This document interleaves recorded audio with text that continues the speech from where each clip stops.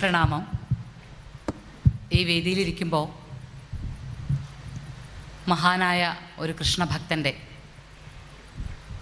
അതേപോലെ തന്നെ ഗണപതി സാന്നിധ്യങ്ങളെ, ചൈതന്യങ്ങളെ തിരിച്ചറിഞ്ഞ ഒരു മഹാമനസ്സിൻ്റെ പാതാരവിന്ദങ്ങളിൽ സ്പർശിച്ചുകൊണ്ട് ഇവിടെ ഇരിക്കുമ്പോൾ മനുഷ്യജന്മം എന്ന വലിയ നിയോഗത്തെ, വലിയ സുഹൃതത്തെയാണ് മനസ്സിലാക്കുന്നത്. ഇവിടെ വന്നിരിക്കാനുള്ള പ്രാപ്തി, ഇവിടെ വന്നിരിക്കാനുള്ള യോഗ്യത, അതൊക്കെ നൽകുന്നത് ഈ മഹാമൂർത്തികൾ തന്നെയാണ്, ഈ മഹാമനസ്സുകൾ തന്നെയാണ്. അതുകൊണ്ട് തന്നെ ഇതൊരു വലിയ അനുഗ്രഹമായിട്ട് സ്വീകരിച്ചുകൊണ്ട് മള്ളിയൂരിൽ ഓരോ നിമിഷം വരുമ്പോഴും അതേ അനുഗ്രഹത്തെയാണ് മനസ്സിലാക്കുന്നത്. പക്ഷേ മള്ളിയൂരിലെ ഈ വേദിയിൽ സംസാരിക്കുവാൻ പ്രേരണകൾ നൽകുന്ന, അല്ലെങ്കിൽ ഇതിനൊരവസരം നൽകുന്ന എല്ലാ ശക്തികൾക്കും മുന്നിൽ വന്ദിക്കുകയാണ്. പാദ നമസ്കാരം. ജീവിതത്തിൽ 2 തവണയാണ് ഞാൻ മള്ളിയൂർ തിരുമേനിയെ കണ്ടിരിക്കുന്നത്. ഒന്ന് എൻ്റെ മുത്തശ്ശിക്കൊപ്പം വളരെ കുട്ടിക്കാലത്ത് ഞാൻ വരുന്ന സമയത്താണ്. അന്ന് എൻ്റെ മുത്തശ്ശി പറഞ്ഞ ഒരു വാക്കുണ്ട്, പാദം തൊട്ട് വന്ദിച്ചോളൂ, ഭഗവാന്റെ പാദം തന്നെയാണ് തൊടുന്നതെന്ന് കരുതിക്കോളൂ എന്നാണ് പറഞ്ഞത്. അന്നൊരു പക്ഷേ അതിൻ്റെ അർത്ഥം മനസ്സിലാക്കാൻ, എൻ്റെ അർത്ഥവ്യാപ്തി മനസ്സിലാക്കാനുള്ള പ്രാപ്തിയൊന്നും ആ കുട്ടിക്ക് ഉണ്ടായിരുന്നില്ല. ചെറിയ കുട്ടിയാണ്. പക്ഷേ ചെറിയ കുട്ടിക്ക് അറിയാമായിരുന്നു, തൊടുന്ന പാദം അത് മുന്നോട്ടുള്ള വഴികളിൽ എവിടെയോ നയിക്കുന്ന ഗുരുനാഥൻ്റെ തന്നെയാണ് എന്നറിയാമായിരുന്നു. സ്പർശിച്ച് വന്ദിച്ചു. അത് കഴിഞ്ഞ് വർഷങ്ങളേറെ കഴിഞ്ഞ് ഉദയാമൃതത്തിൻ്റെ, അമൃത ടി വിയിൽ ഉദയാമൃതത്തിൻ്റെ ചിത്രീകരണത്തിൻ്റെ സമയത്താണ് പിന്നെ ഇവിടേക്കെത്തി അദ്ദേഹത്തെ വീണ്ടും ഒരിക്കൽ കൂടി കാണുന്നതും വീണ്ടും ആ പാദം തൊട്ട് വന്ദിക്കുന്നതും. അപ്പോഴേക്കും അന്നത്തെ ആ കുട്ടിക്ക് ഒരുപാട് കാര്യങ്ങൾ, ഈ ഒരു പ്രപഞ്ചത്തിൻ്റെ ഒഴുക്കിനനുസരിച്ച് സഞ്ചരിക്കാൻ പറ്റിയതുകൊണ്ട് ഒരുപാട് കാര്യങ്ങൾ മനസ്സിലാക്കാനുള്ള പ്രാപ്തി ഉണ്ടായി. അതുകൊണ്ട് തന്നെ ആ പാദത്തിൽ സ്പർശിക്കുവാനുള്ള മഹാഭാഗ്യം എന്ത് എന്ന് തിരിച്ചറിവോടുകൂടി, അപ്പോൾ തിരിച്ചറിവില്ലാതെ ഒരിക്കലും തിരിച്ചറിവോടുകൂടിയും 2 തവണ ആ പാദങ്ങളെ സ്പർശിക്കാനുള്ള മഹാഭാഗ്യം, അതൊരു മഹാഭാഗ്യമായിട്ട് തന്നെ കരുതാണ്. കാരണം വില്ലുമംഗലം സ്വാമിയാരുടെ കാലത്ത് ജീവിച്ചിരുന്നു എന്ന് പറയാൻ സാധിച്ചാൽ എങ്ങനെ ഉണ്ടാവും? അല്ലെങ്കിൽ പൂന്താനം തിരുമേനിയെ കണ്ടിട്ടുണ്ട്, പാദം സ്പർശിച്ചിട്ടുണ്ട് എന്ന് പറഞ്ഞാൽ എങ്ങനെ ഉണ്ടാവും? അതേപോലെയാണ് മള്ളിയൂർ തിരുമേനിയെ കണ്ടിട്ടുണ്ട് നേരിട്ട്, അല്ലെങ്കിൽ പാദം ഒന്ന് സ്പർശിച്ച് വന്ദിച്ചിട്ടുണ്ട് എന്ന് പറയാൻ പറ്റുന്നത്. അപ്പോൾ അതേ പുണ്യത്തെ അറിഞ്ഞുകൊണ്ട് ആ വഴികളിൽ കൃഷ്ണനെന്നും ഗണപതിയെന്നും ശിവനെന്നും പല പല ഭേദങ്ങളില്ലാതെ, അതുപോലെ തന്നെ മനുഷ്യരിൽ തന്നെ ജാതി മത ഭേദങ്ങളില്ലാതെ എല്ലാവരും ഭഗവാനാണ് എന്ന സത്യത്തെ ഉൾക്കൊണ്ടുകൊണ്ട് ഭഗവതീയമായ അംശം ഓരോരുത്തരിലും നിറഞ്ഞു നിൽക്കുന്നുവെന്ന് മനസ്സിലാക്കിക്കൊണ്ട് ഏവരെയും സമീപിക്കുവാൻ, അതും ആത്മാർത്ഥമായി തന്നെ സമീപിക്കുവാൻ അദ്ദേഹത്തിന് സാധിച്ചിരുന്നു എന്നുള്ളത് കൊണ്ട് തന്നെ ആ ഗുരുവര്യനെ സങ്കല്പിച്ച് സ്മരിച്ച് ഓരോ തവണ വൃന്ദാവനത്തിലും ഞാൻ പറയുന്ന നാമങ്ങളിൽ, ഞാനിപ്പോൾ ഇവിടെ ഇരുന്ന് ഇങ്ങനൊരു അവസരത്തിൽ സംസാരിക്കുന്നതുകൊണ്ട് വെറുതെ പറയല്ല, പക്ഷേ നമ്മൾ ഓരോ വൈഷ്ണവ ആചാര്യന്മാരെ സങ്കല്പിക്കുന്ന കൂട്ടത്തിൽ അദ്ദേഹത്തിൻ്റെ നാമവും ഉള്ളിൽ പറയാറുണ്ട്, ഉള്ളിൽ ജപിക്കാറുണ്ട്. കാരണം ഞാൻ ഒരുപാട് ആചാര്യന്മാരിൽ നിന്ന് കേട്ടിട്ടുള്ള നാമമാണ് മള്ളിയൂർ തിരുമേനിയുടേത്. ആ നാമം ഗുരുസ്ഥാനത്ത് നിന്ന് ഒരുപാട് പേർ പറയുന്നത്, ആ വാക്കുകൾ ഓരോരുത്തരും ഹൃദയത്തിലേക്ക് എടുത്തു പറയുന്നത് കേൾക്കുമ്പോൾ അദ്ദേഹത്തിൻ്റെ വാക്കുകൾ കേട്ടിട്ടുണ്ട്. പക്ഷേ പ്രഭാഷണം ഒക്കെ നമ്മൾ കേട്ടോ, അങ്ങനെ ഒരു സപ്താഹം മുഴുവനും ഒന്നും അറ്റൻഡ് ചെയ്യാൻ ഭാഗ്യം ഉണ്ടായിട്ടില്ല. പക്ഷേ ഞാൻ വിചാരിക്കുന്ന അദ്ദേഹത്തെ കണ്ടത് തന്നെ വലിയ ഭാഗ്യം, മഹാഭാഗ്യം എന്നാണ് വിചാരിക്കുന്നത്. അപ്പോൾ അങ്ങനെ ഉണർത്തിയ കൃഷ്ണതത്വങ്ങളിൽ അവബോധമുണ്ടായിരുന്ന, ഭാഗവതത്തിലൂടെ ഒരുപാട് പേരിലേക്ക് കൃഷ്ണഭക്തിയുടെ ധാരകളെ ഉണർത്തിച്ച ഭഗവാൻ ശ്രീകൃഷ്ണൻ എന്താണ് എന്ന് പറഞ്ഞു തരാൻ പ്രാപ്തി നൽകിയ മഹാസാന്നിധ്യം ഇവിടെ നിറഞ്ഞു നിൽക്കുന്നതായിട്ട് അനുഭവപ്പെടുന്നത്. അദ്ദേഹത്തിൻ്റെ ദൃഷ്ടിക്ക് മുന്നിലാണ് ഞാനിരിക്കുന്നത്. അതുകൊണ്ട് തന്നെ ഒരു ഗുരുവിന് മുന്നിലിരിക്കുന്ന ശിഷ്യയെ പോലെ ഒരല്പം പതറിക്കൊണ്ട് ആണ് ഞാനിരിക്കുന്നത്. അല്ലെങ്കിൽ ഒരല്പം എന്താ പറയുക, സാധാരണ സംസാരിക്കുന്ന പോലെ അല്ല, ഭയന്നാണ് ഞാൻ സംസാരിക്കുന്നത്. അങ്ങനെ ഭഗവാൻ ശ്രീകൃഷ്ണൻ്റെ സാന്നിധ്യത്തെ നിറച്ചു വയ്ക്കുന്ന ഒരനുഭവം, അനുഭൂതി നമ്മിലേക്ക് നൽകുവാൻ ഈ പ്രഭാഷണത്തിന് സാധിക്കട്ടെ. കാരണം ഇതൊന്നും പറയാൻ പോകുന്നത് ഞാനല്ല, എനിക്കതൊന്നും പറയാനുള്ള അർഹതയുമില്ല. എൻ്റെ ഉള്ളിലിരുന്ന് എൻ്റെ അനുഭവങ്ങളാണ് പറയുന്നത്. നമ്മുടെ ഉള്ളിൽ പ്രവർത്തിക്കുന്ന പര എന്ന ശക്തിയാണ് നമ്മളെക്കൊണ്ട് ഓരോ വാക്കും പറയിക്കുന്നത്.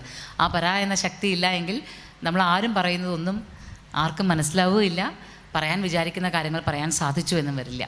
അങ്ങനെ ഞാൻ ആരംഭിക്കുകയാണ്. ഗുരുക്കന്മാരെല്ലാം കടാക്ഷിക്കട്ടെ. സച്ചിത് ഏകം ബ്രഹ്മ എന്ന സത്യത്തോടു കൂടി എല്ലാം ഒന്നാണ് എന്ന് കണ്ടുകൊണ്ട് ഭഗവാൻ ശ്രീകൃഷ്ണനെക്കുറിച്ച് മള്ളിയൂർ നടക്കുന്ന ഈ ഓരോ വിശേഷമായ അനുഷ്ഠാനങ്ങളിലും ആചാരങ്ങളിലുമൊക്കെ, വിശേഷമായിട്ടുള്ള സത്സംഗിലുമൊക്കെ നിരന്തരം പറയാൻ ശ്രമിക്കുന്നത്, അല്ലെങ്കിൽ നമ്മൾ അറിയാൻ ശ്രമിക്കുന്നത് എന്താണെന്ന് മനസ്സിലാക്കാം. മനുഷ്യൻ്റെ മനസ്സിലെ പരമമായ സത്യത്തെ, ആനന്ദത്തെ നമുക്ക് ഉൾക്കൊള്ളാൻ സാധിക്കുന്നത് എങ്ങനെയാണ് എന്നുള്ളതാണ്. നമുക്ക് എങ്ങനെയാണ് ആനന്ദിക്കാൻ പറ്റുക? നമുക്ക് ഏതാണ് വഴി? പരമമായ സന്തോഷം. മറ്റെന്തൊരു കാര്യം നമ്മുടെ കയ്യിൽ കിട്ടിയാലും, ഇപ്പോൾ നമുക്ക് പേന ആഗ്രഹിച്ചു, പേന കിട്ടിക്കഴിഞ്ഞാൽ പിന്നെ അടുത്തത് എന്ത് വേണം എന്നുള്ളതായിരിക്കും നമ്മൾ ആഗ്രഹിക്കുന്നത്. പക്ഷേ ഭഗവത് ആനന്ദം മാത്രം, അത് കിട്ടിക്കഴിയുന്ന നിമിഷത്തിൽ നമുക്ക് അടുത്തത് എന്തെന്ന് ചിന്തിക്കാനുണ്ടാവില്ല. അതായത് നമുക്കതിനെക്കുറിച്ച് ആലോചന ഉണ്ടാവില്ല, ഞാനെന്ന ചിന്ത ഉണ്ടാവില്ല, എനിക്ക് കിട്ടുന്നു എന്നുള്ള വിചാരം ഉണ്ടാവില്ല. പകരം പരമമായിട്ടുള്ള ആനന്ദം മാത്രം സംഭവിക്കുക. അപ്പോൾ മോചിത എന്ന് പറയുന്ന വ്യക്തി ഒരുപാടൊന്നും ഭാഗവതമോ നാരായണീയമോ ഒക്കെ ആഴത്തിൽ പഠിക്കാതെ കേട്ട് മാത്രം പരിചയിച്ചിട്ടുള്ള ഒരാളാണ്. പക്ഷേ മോചിത എന്ന് പറയുന്ന വ്യക്തിക്ക് അനുഭവങ്ങളാണ്, യാത്രകളാണ് അനുഭവങ്ങൾ. എവിടെ നിന്നാണ് കൃഷ്ണ അവബോധം കിട്ടുന്നത് എന്നുള്ളത് ഞാൻ പറഞ്ഞു തുടങ്ങാം. അതായത് കൃഷ്ണാവബോധം എന്ന് പറയുന്നത് ഭഗവാൻ ശ്രീകൃഷ്ണനെ നമ്മൾ എല്ലാവരും എന്നതുപോലെ തന്നെ കുട്ടിക്കാലത്ത് മുതൽ ഭഗവാൻ ശ്രീകൃഷ്ണനെ അറിയുന്നുണ്ട്. പുരാണ കഥകൾ അറിയാം, ഭഗവാന്റെ ബാലലീലകൾ അറിയാം, ഭഗവത്ഗീതയുടെ സാരാംശങ്ങൾ അറിയാം, ഒക്കെ അറിയാം അത്രയേ ഉള്ളൂ. പിന്നെ എവിടെയൊക്കെയോ എനിക്കറിയാമെന്നൊരു തോന്നൽ കൂടി ഉണ്ടെന്ന് കരുതിക്കോളൂ. എനിക്കറിയാം, പുരാണ കഥകൾ അറിയാം, മുത്തശ്ശി പറഞ്ഞെന്ന് ഒരു പക്ഷേ എൻ്റെ ആ പ്രായത്തിലുള്ള കുട്ടികളെക്കാൾ കൂടുതൽ എനിക്കറിയാം എന്നുള്ളൊരു തലക്കനവും ഉണ്ടെന്ന് കൂട്ടിക്കൊള്ളൂ. പക്ഷെ അങ്ങനെയാണ് ഉദയാമൃതത്തിൻ്റെ അവതരണം തുടങ്ങുന്നത്. അപ്പോൾ ഓരോരോ ക്ഷേത്രങ്ങളിലേക്ക് നമ്മൾ പോകുന്നു, ആ ക്ഷേത്രങ്ങളെക്കുറിച്ച് പഠിക്കുന്നു, പറയുന്നു. അങ്ങനൊരു കാലം, അങ്ങനെ ഒരു രസകരമായ, എൻ്റെ ജീവിതത്തിലെ ഏറ്റവും രസകരമായ, എന്നെ ഞാനാക്കുന്ന കാലം. ആ കാലഘട്ടത്തിൽ ഒരിക്കലാണ് നമ്മൾ വൃന്ദാവന യാത്രയ്ക്ക് പോകുന്നത്. 2016 ഈ അടുത്ത കാലത്താണ് ആലോചിക്കുക. അതാണ് ഞാൻ പറഞ്ഞത്, എനിക്കിവിടെ ഇരുന്ന് വന്ന് പറയാനുള്ള യോഗ്യത ഒക്കെ ഉണ്ടോ എന്ന് ചോദിച്ചാൽ കാലാകാലങ്ങളായിട്ടുള്ള പ്രാക്ടീസൊന്നുമില്ല, ചില പ്രത്യേകമായ അനുഭവങ്ങളാണ്. 2016 ആദ്യമായിട്ട് വൃന്ദാവനത്തിലേക്ക് പോകുന്നത്. അന്ന് ശരിക്കും പറഞ്ഞാൽ വൃന്ദാവനം എന്നുള്ള പദ്ധതിയിലല്ല പോയത്. വൃന്ദാവനം കാണുക എന്നൊരു പരിപാടി ഉണ്ടായിരുന്നില്ല. അമൃത ടിവിയുടെ ഉദയാമൃതത്തിന് വേണ്ടിയിട്ട് ജയ്പൂർ ചിത്രീകരിക്കാനാണ് ഞാൻ പോകുന്നത്. ജയ്പൂരിലേക്ക്, രാജസ്ഥാനിലെ ജയ്പൂരിലെ ക്ഷേത്രങ്ങൾ ചിത്രീകരിക്കാനായിട്ടുള്ള യാത്രയാണ്. അപ്പോൾ അത് ഡൽഹിയിൽ ചെന്നിട്ട് ഡൽഹിയിൽ നിന്നാണ് പോകുന്നത്. അപ്പോൾ ഡൽഹിയിൽ നിന്ന് പോകുമ്പോൾ ഏതാണ്ട് ഒരു 6-7 മണിക്കൂർ യാത്രയുണ്ട് ജയ്പൂരെത്താൻ. അപ്പോൾ ജയ്പൂരേക്ക് എത്താൻ അത്രയും ദൂരമുണ്ട്. അപ്പോൾ 7 മണിക്കൂർ യാത്ര ചെയ്ത് നമ്മൾ എത്തുമ്പോഴേക്കും കുറേ സമയം യാത്ര ചെയ്ത് കളയണമല്ലോ. അപ്പോൾ ഈ പോകുന്നതിനിടയ്ക്ക് ഏതെങ്കിലും ഒരു സ്ഥലമുണ്ടെങ്കിൽ അവിടെ ഇറങ്ങി അന്നത്തെ ദിവസം അവിടെ ചിത്രീകരിച്ചാൽ അത്രയും വീഡിയോസ് കിട്ടുമല്ലോ. അപ്പോൾ നമ്മൾ ചെറിയ ബഡ്ജറ്റിലാണ് ഉദയാമൃതം ചെയ്യുന്നത്. അപ്പോൾ അതുകൊണ്ട് അങ്ങനെയൊക്കെയുള്ള കാര്യങ്ങൾ ശ്രദ്ധിക്കണമായിരുന്നു. അങ്ങനെ പറയുമ്പോഴാണ് നമ്മുടെ ഡൽഹിയിലെ ബാബു പണിക്കർ സാറ് പറയുന്നത്. പണിക്കർ സാറ് പറഞ്ഞു, ഒരു കാര്യം ചെയ്യുമോ, അവിടെ പോകുന്ന വഴിക്ക് വൃന്ദാവനം ഉണ്ട്. വൃന്ദാവനത്തിൽ നമുക്കൊരു മധുരയിലെ ജന്മഗൃഹവുമുണ്ട്. പിന്നെ അത് കഴിഞ്ഞാൽ നമുക്ക് കാണാനായിട്ട് ബാങ്കെ ബിഹാരി ക്ഷേത്രവും പിന്നെ നിധുവനം, അങ്ങനെ 3 സ്ഥലങ്ങളുണ്ട്. ഒന്ന് പൊക്കോളൂ. എന്നെ അറിയുന്നവർക്ക് പലർക്കും ഇത് അറിയാൻ പറ്റുമായിരിക്കും. പക്ഷേ മള്ളിയൂർ ഇരുന്നത് പറയണത് എനിക്ക് എൻ്റെ സന്തോഷത്തിന് വേണ്ടി ഞാൻ ഒരിക്കൽ കൂടി പറയുകയാണ്, മള്ളിയൂർ ഇരുന്നത് പറയുന്നത്. കാരണം ഇതെനിക്ക് വൃന്ദാവനം തന്നെയാണ് മള്ളിയൂർ ക്ഷേത്രം. അതുകൊണ്ട് അപ്പോൾ ഞാനങ്ങനെ ബാബു സാർ അങ്ങനെ പറഞ്ഞപ്പോൾ എന്നാൽ ശരി, വൃന്ദാവനം ഒരു ദിവസത്തിൻ്റെ കാര്യമല്ലേ ഉള്ളൂ. ആകെ മധുരയിലെ ജന്മഗൃഹമുണ്ട്, പിന്നെ ഒരു ക്ഷേത്രമുണ്ട്, ഒരു നിധുവനമുണ്ട്. അപ്പോൾ ഒരു ദിവസം കൊണ്ട് അത് ചിത്രീകരിച്ച് കഴിയും. അങ്ങനെയാണെങ്കിൽ ആദ്യം ഡൽഹിയിൽ നിന്ന് പുറപ്പെട്ട് വൃന്ദാവനത്തിൽ വരിക, വൃന്ദാവനത്തിൽ ഒരു ദിവസം ഷൂട്ട് ചെയ്യുക, വൃന്ദാവനത്തിൽ അന്ന് സ്റ്റേ ചെയ്യുക, പിറ്റേ ദിവസം രാവിലെ വൃന്ദാവനത്തിൽ നിന്ന് പോവാം എന്ന പദ്ധതി ഇട്ടുകൊണ്ട് ഞങ്ങളുടെ സംഘാംഗങ്ങൾ അവിടെ എത്തുകയാണ്. വൃന്ദാവനത്തിലെത്തി, ഫസ്റ്റ് ഡേ വൃന്ദാവനത്തിലെത്തി അന്ന് രാവിലെ തന്നെ ചിത്രീകരിക്കാൻ പോകുമ്പോൾ മധുര ജന്മഗൃഹത്തിലേക്ക് പോകുന്ന വഴി ഒരു മിനിസ്റ്റർ വന്നിരിക്കുന്നതുകൊണ്ട് അടച്ചിരിക്കുക. അപ്പോൾ ആ വഴിക്ക് പോകാൻ പറ്റില്ല. അപ്പോൾ തിരിച്ചു വിട്ടു ബാങ്കെ ബിഹാരി എന്ന് പറഞ്ഞ ക്ഷേത്രത്തിലേക്ക് പോയി. അപ്പോൾ ഞാനിങ്ങനെ ബാങ്കെ ബിഹാരി എന്നൊരു വലിയ ബോർഡ് കാണുന്നുണ്ട്. സ്ഥലമൊന്നും അറിയില്ല. അപ്പോൾ ബാങ്കെ ബിഹാരി എന്ന് പറഞ്ഞാൽ ആരോ കൊടുത്തിട്ടുണ്ട്. അപ്പോൾ നോക്കുമ്പോൾ ആരോ കാണുന്നിടത്തൊരു വലിയ കുന്നിൻ്റെ മുകളിലൊരു നല്ല രസകരമായ ക്ഷേത്രം. നേരെ അങ്ങടേക്ക് പോയി. അവിടേക്ക് പോയിട്ട് അവിടെ ചെന്നിട്ട് ആദ്യത്തെ ആങ്കറിനെ പറ്റി പറയുകയാണ്, ഇത് ബാങ്കെ ബിഹാരി ക്ഷേത്രമാണ്. അപ്പോൾ ബാങ്കെ ബിഹാരി ക്ഷേത്രത്തിനെ കുറിച്ച് ഈ പോയപ്പോൾ ഉള്ള ഇതെന്താണെന്ന് വെച്ചാൽ, ഞാൻ സാധാരണ ഏത് സ്ഥലങ്ങളിലേക്ക് പോവുകയാണെങ്കിലും ആ സ്ഥലത്തെക്കുറിച്ച് വളരെ ആധികാരികമായി പഠിച്ച് വെച്ച് അതിൻ്റെ ഐതിഹ്യങ്ങൾ, ചരിത്രം ഇതൊക്കെ നോക്കി വെച്ച് ഇതിനെല്ലാം ഒരു നോട്ട് ഉണ്ടാക്കിയിട്ടാണ് പോവുക. സ്ക്രിപ്റ്റ് ഉണ്ടാക്കില്ല, ജസ്റ്റ് ഇങ്ങനെ നോട്ട് ചെയ്യും, എന്നിട്ട് അത് വെച്ചിട്ടാണ് പറയാം. വൃന്ദാവനത്തിൽ ഒന്നുമില്ല കയ്യിൽ. കാരണം വെച്ചാൽ അവിടെ ചെന്നിട്ടാണല്ലോ തീരുമാനിക്കുന്നത്. വൃന്ദാവനം ഒരു ദിവസം മാത്രമല്ല, ഒരു ദിവസമല്ലേ ഉള്ളൂ. അപ്പോൾ ജസ്റ്റ് എന്തെങ്കിലും ഒന്ന് അങ്ങനെ പറയാമെന്നുള്ളതില്ല. അപ്പോൾ ഈ അമ്പലത്തിലേക്ക് ചെന്നിട്ട് പറയാണ് ബാങ്കെ ബിഹാരി ക്ഷേത്രത്തെക്കുറിച്ചാണ് ഞാൻ പറയുന്നത്. ഈ ബാങ്കെ ബിഹാരി എന്ന് പറയുന്നത് ഗൂഗിളിൽ സെർച്ച് ചെയ്തിട്ട് കിട്ടിയ അത്ര ഇൻഫർമേഷനേ ഉള്ളൂ. ബാക്കി ബാങ്കെ ബിഹാരിയെക്കുറിച്ച് ഭഗവാൻ ശ്രീകൃഷ്ണനെക്കുറിച്ച് അറിയാമല്ലോ. അപ്പോൾ അത് വെച്ച് പറഞ്ഞ് ഒപ്പിക്കാം എന്നൊക്കെ പറഞ്ഞിട്ടാണ് ഇരിക്കുന്നത്.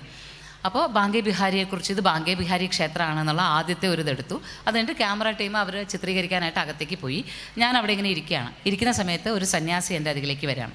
അവിടുത്തെ ബാബമാരൊക്കെ നല്ല രസമാണ് കാണാനായിട്ട്, നല്ല കുറിയൊക്കെ ഇട്ട് നല്ല കളർഫുള്ളായിട്ടുള്ള, നമ്മൾ കാണുന്ന സന്യാസി അങ്ങനെയല്ല, നല്ല കളർഫുള്ളായിട്ട് കുറച്ച് തടിയൊക്കെ വെച്ചിട്ട് നല്ല ഭംഗിയുള്ളൊരു സന്യാസി എൻ്റെ അടുത്തിൽ വന്നിട്ട്, ഇവിടെ എവിടെയാണ് ഇരിക്കുന്നത് എന്ന് ചോദിച്ചു എൻ്റെ അടുത്ത്.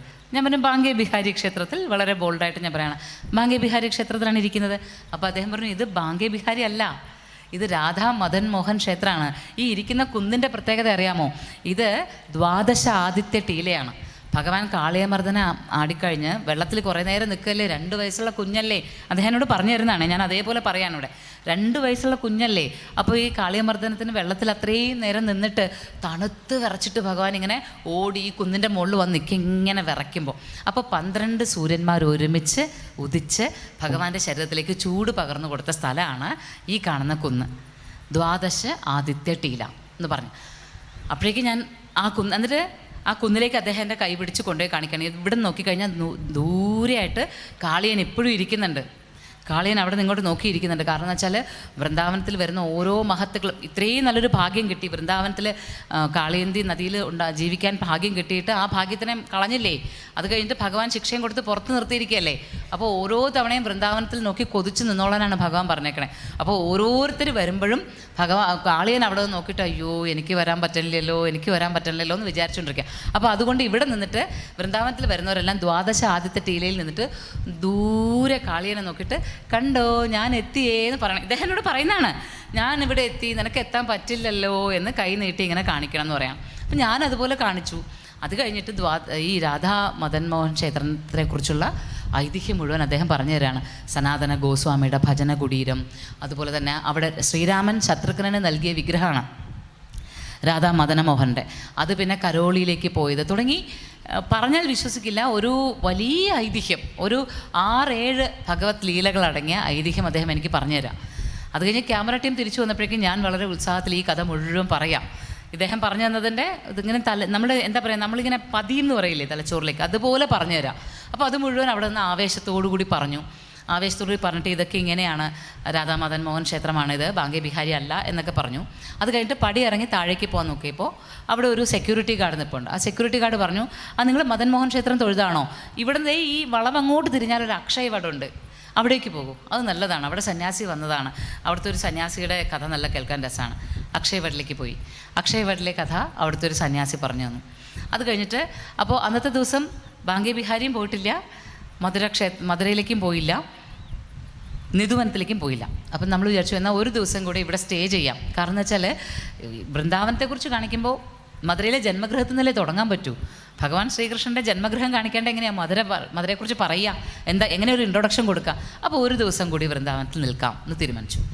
പിറ്റേ ദിവസം രാവിലെയും മധുരയിലേക്ക് പോകാൻ നോക്കുമ്പോൾ റോഡ് ബ്ലോക്കാണ്, അന്ന് പോകാൻ പറ്റില്ല. അപ്പോൾ അന്ന് ബാങ്കെ ബിഹാരിലേക്ക് പോകാമെന്ന് പറഞ്ഞ് ബാങ്കെ ബിഹാരിലേക്ക് പോകാനായിട്ട് ഇറങ്ങിയ സമയത്ത് ഞങ്ങളുടെ തൊട്ടുമുല്ല, അതായത് ബാങ്കെ ബിഹാരിലേക്ക് തിരിയുന്ന വഴി ഇതാണ്, ഇങ്ങനെ തിരിയണം. ഞങ്ങളുടെ വണ്ടി ഇങ്ങനെ നിൽക്കുകയാണ്. ഇതിന് മുന്നിലായിട്ട് ഒരു ലോറി, പിന്നെ അവിടെ വലിയൊരു ക്ഷേത്രമുണ്ട്, ഇതിൻ്റെ രാധാ വല്ലഭ് എന്ന് പറഞ്ഞിട്ട്, ആ ക്ഷേത്രത്തിൽ ഉത്സവത്തിന് വേണ്ടി കൊണ്ടുപോയ പന്തലും കൊണ്ടുപോയ ലോറി ഇങ്ങനെ പോയിട്ട് ആ ലോറി അവിടെ എന്തോ സഡൻ ബ്രേക്കായിട്ട് തട്ടി, എന്തോ ലൈൻ കമ്പിയിൽ തട്ടിയിട്ട് ഈ പന്തലിൻ്റെ സാധനം മുഴുവൻ റോഡിലേക്ക് വീണു, ഫുൾ റോഡിലേക്ക് വീണു.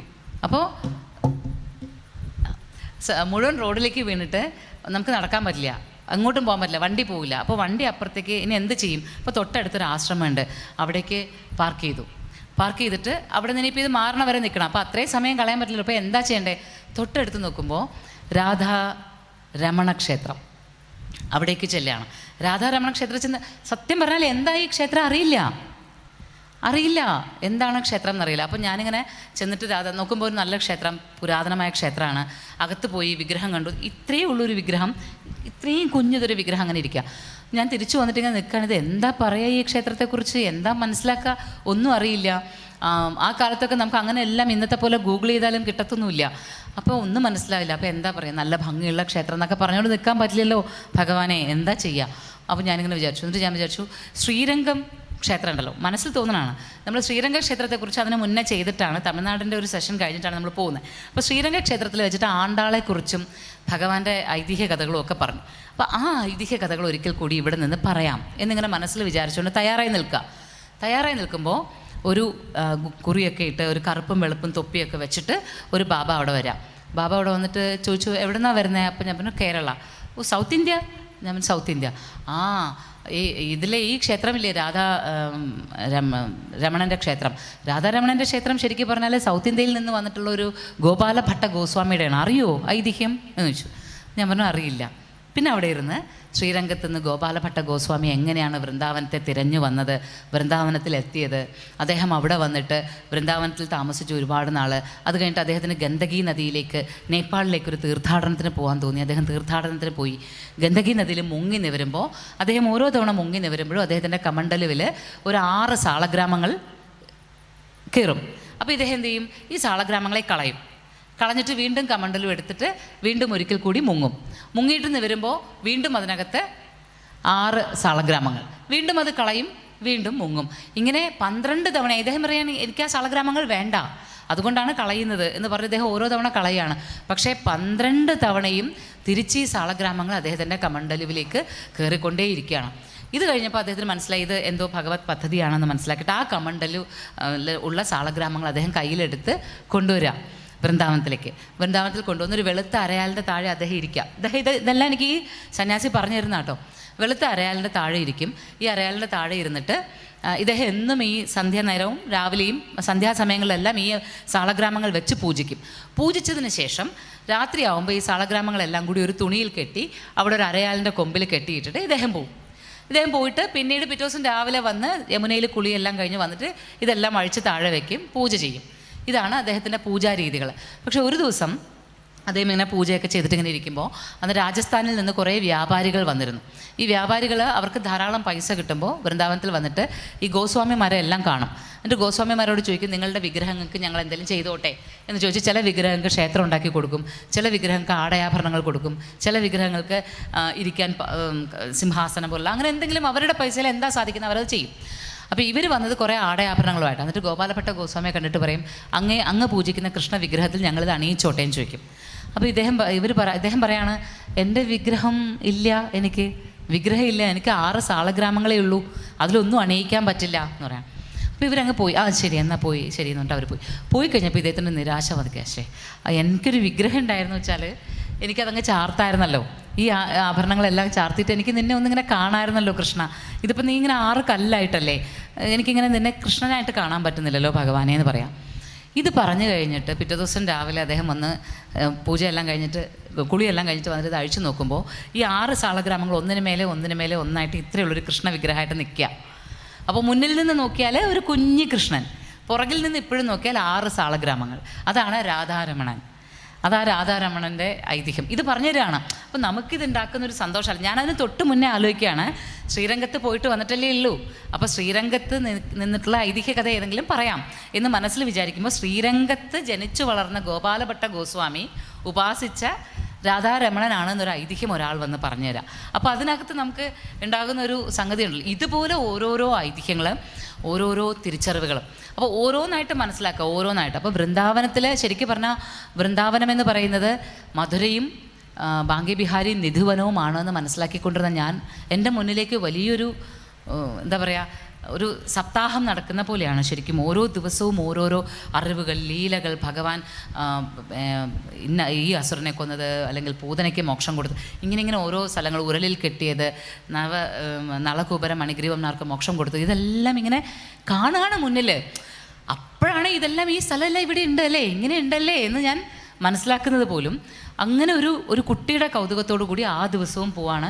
അന്നത്തെ ദിവസവും നമ്മൾ മധുര ഷൂട്ട് ചെയ്തിട്ടില്ല, ബാങ്കി ബിഹാരി പോയിട്ടില്ല, നിധുവനം പോയിട്ടില്ല. പക്ഷേ എന്നാലും വിചാരിച്ചു ഇനിയിപ്പോൾ നിൽക്കാൻ പറ്റില്ലല്ലോ, ജയ്പൂരല്ലേ എല്ലാം അറേഞ്ച് ചെയ്തിരിക്കുന്നത്. പിറ്റേ ദിവസം രാവിലെയും കൂടെ നോക്കിയിട്ട് നമ്മൾ സാധിച്ചില്ലെങ്കിൽ ആ വഴി ജയ്പൂർ പോകുന്നു എന്ന് തീരുമാനിച്ച് അന്ന് രാത്രിയാണ് 2016 നവംബർ 7 നോട്ട് പരിഷ്കരണം ഡിക്ലെയർ ചെയ്യുന്നത്. രാത്രി 12 മണിക്ക് പ്രധാനമന്ത്രി. അതോടുകൂടി അതൊരു പ്രത്യേക അവസ്ഥയായിരുന്നില്ലേ, ഓർക്കണില്ലേ? എല്ലാവരും പെട്ടെന്ന് തന്നെ ആരും എങ്ങോട്ടും നമ്മളൊരു വലിയ ഹർത്താൽ വന്നതുപോലെ കംപ്ലീറ്റ്ലി ബ്ലോക്ക്ഡായി എല്ലാം. ഞങ്ങൾ പിറ്റേ ദിവസം രാവിലെ എഴുന്നേൽക്കുമ്പോൾ ഞങ്ങളെ ആരും ഭക്ഷണം തരില്ല, നമുക്ക് വെള്ളം തരില്ല, പൈസ മേടിക്കില്ല. പിന്നെ അങ്ങനെ ഒരു പ്രത്യേക അവസ്ഥ, പെട്ടുപോവാന്ന് പറയില്ല, അതുപോലെ ടോട്ടലി അവിടെ പെട്ടു. വൃന്ദാവനത്തിൽ എങ്ങോട്ടും പോകാൻ നിവർത്തില്ല, യാത്ര ചെയ്യാൻ പറ്റില്ല, പെട്രോൾ അടിക്കാൻ പറ്റില്ല, വണ്ടിയിൽ പെട്രോൾ അടിക്കാതെ പോകാൻ പറ്റില്ലല്ലോ. അവസാനം എന്താ ചെയ്യാൻ പറ്റുക? ഒരു നിവൃത്തിയില്ല. ഹോട്ടലുകാർ പൈസ മേടിക്കുന്നില്ല, ആരും ഒന്നും തരില്ല. കാരണം നമ്മുടെ കയ്യിലിരിക്കുന്നതൊക്കെ 1500 നോട്ടുകളാണേ. ഒന്നും ചെയ്യാൻ പറ്റുന്നില്ല. ബാങ്കിലേക്ക് പോയി കഴിഞ്ഞാൽ കഷ്ടിച്ചൊരു 2000 രൂപയുടെ നോട്ട് തരാം എന്ന് പറഞ്ഞു. 2000 രൂപയുടെ നോട്ട് ഞങ്ങൾ പോയിട്ട് കുറേ നേരം ക്യൂ നിന്ന് അതിൻ്റെ ചേഞ്ച് മേടിച്ചുകൊണ്ട് വന്നു. പുറത്തേക്ക് ഇറങ്ങിയപ്പോൾ ഒരാൾ അവിടെ നിന്ന് കരയാണ്, ഒരു കർഷകൻ. അയാളുടെ മകളെയും കൊണ്ട് ഹോസ്പിറ്റലിൽ പോകണം. അയാളുടെ കയ്യിൽ ഒരു പൈസയില്ല, പോകാൻ പറ്റില്ല. ഞങ്ങൾ അങ്ങനെ തന്നെ ഈ കാശ പുള്ളിയുടെ കയ്യിൽ കൊടുത്തിട്ട് ഞങ്ങൾ അങ്ങനെ നിന്നു. ശരിക്കും പറഞ്ഞാൽ ആ ദിവസവും അടുത്ത ദിവസവും തുള്ളി വെള്ളം പോലും കുടിക്കാതെ ഒരു ശകലം ഭക്ഷണം കഴിക്കാൻ, കയ്യിൽ കാശുണ്ട്, എല്ലാം ഉണ്ട്. ഭഗവാൻ വലിയൊരു പാഠം പഠിപ്പിക്കുകയാണ് നമ്മളെ.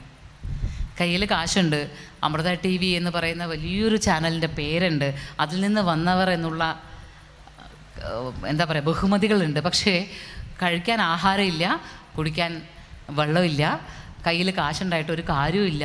അങ്ങനത്തെ ഒരു അവസ്ഥയിൽ നിൽക്കാൻ. രണ്ടാമത്തെ ദിവസം ഉച്ചയ്ക്ക് ആയപ്പോൾ ഡൽഹിയിൽ നിന്ന് എൻ്റെ കുറച്ച് റിലേറ്റീവ്സ് അവിടെ താമസിക്കുന്നുണ്ട്. അവർ ട്രെയിനിൽ പൊതിച്ചോറ് കൊടുത്തു വിട്ടു. ഒരു കുപ്പി വെള്ളവും 2 കുപ്പി വെള്ളവും ഒരു 3-4 പൊതിച്ചോറും.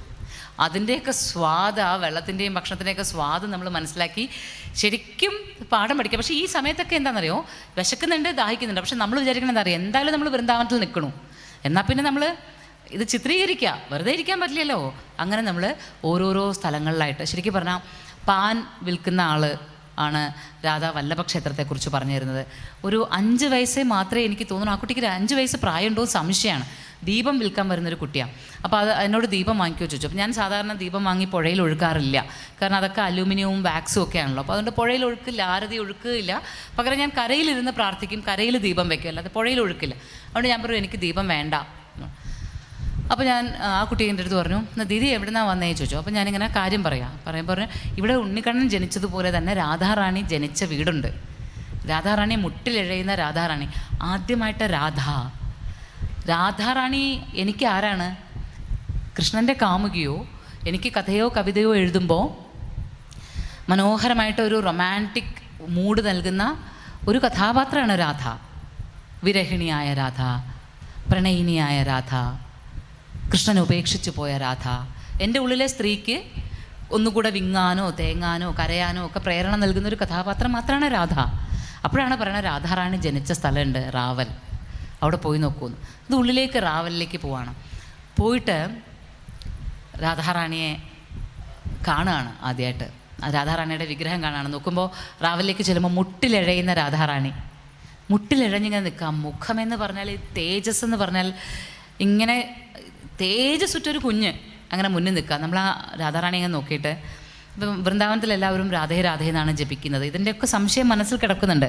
രാധേ രാധേ എന്ന് ജപിക്കുക, കൃഷ്ണനിലേക്ക് രാധയിലൂടെയോ എന്നൊക്കെ മനസ്സിലാകാൻ നിൽക്കുമ്പോൾ രാധയുടെ കണ്ണുകളിലേക്ക് നോക്കുമ്പോൾ ആ കണ്ണുകൾക്കുള്ളിൽ, ആ കണ്ണുകളുടെ ഇങ്ങനെ ആഴത്തിലേക്ക് നമ്മളിങ്ങനെ തെന്നി വീണു പോകുന്നത് പോലെയും അതിനകത്ത് കൃഷ്ണനെ കാണുകയും ചെയ്യുന്ന ഒരു നിമിഷം, എന്താണ് രാധ എന്ന് മനസ്സിലാവാണ്.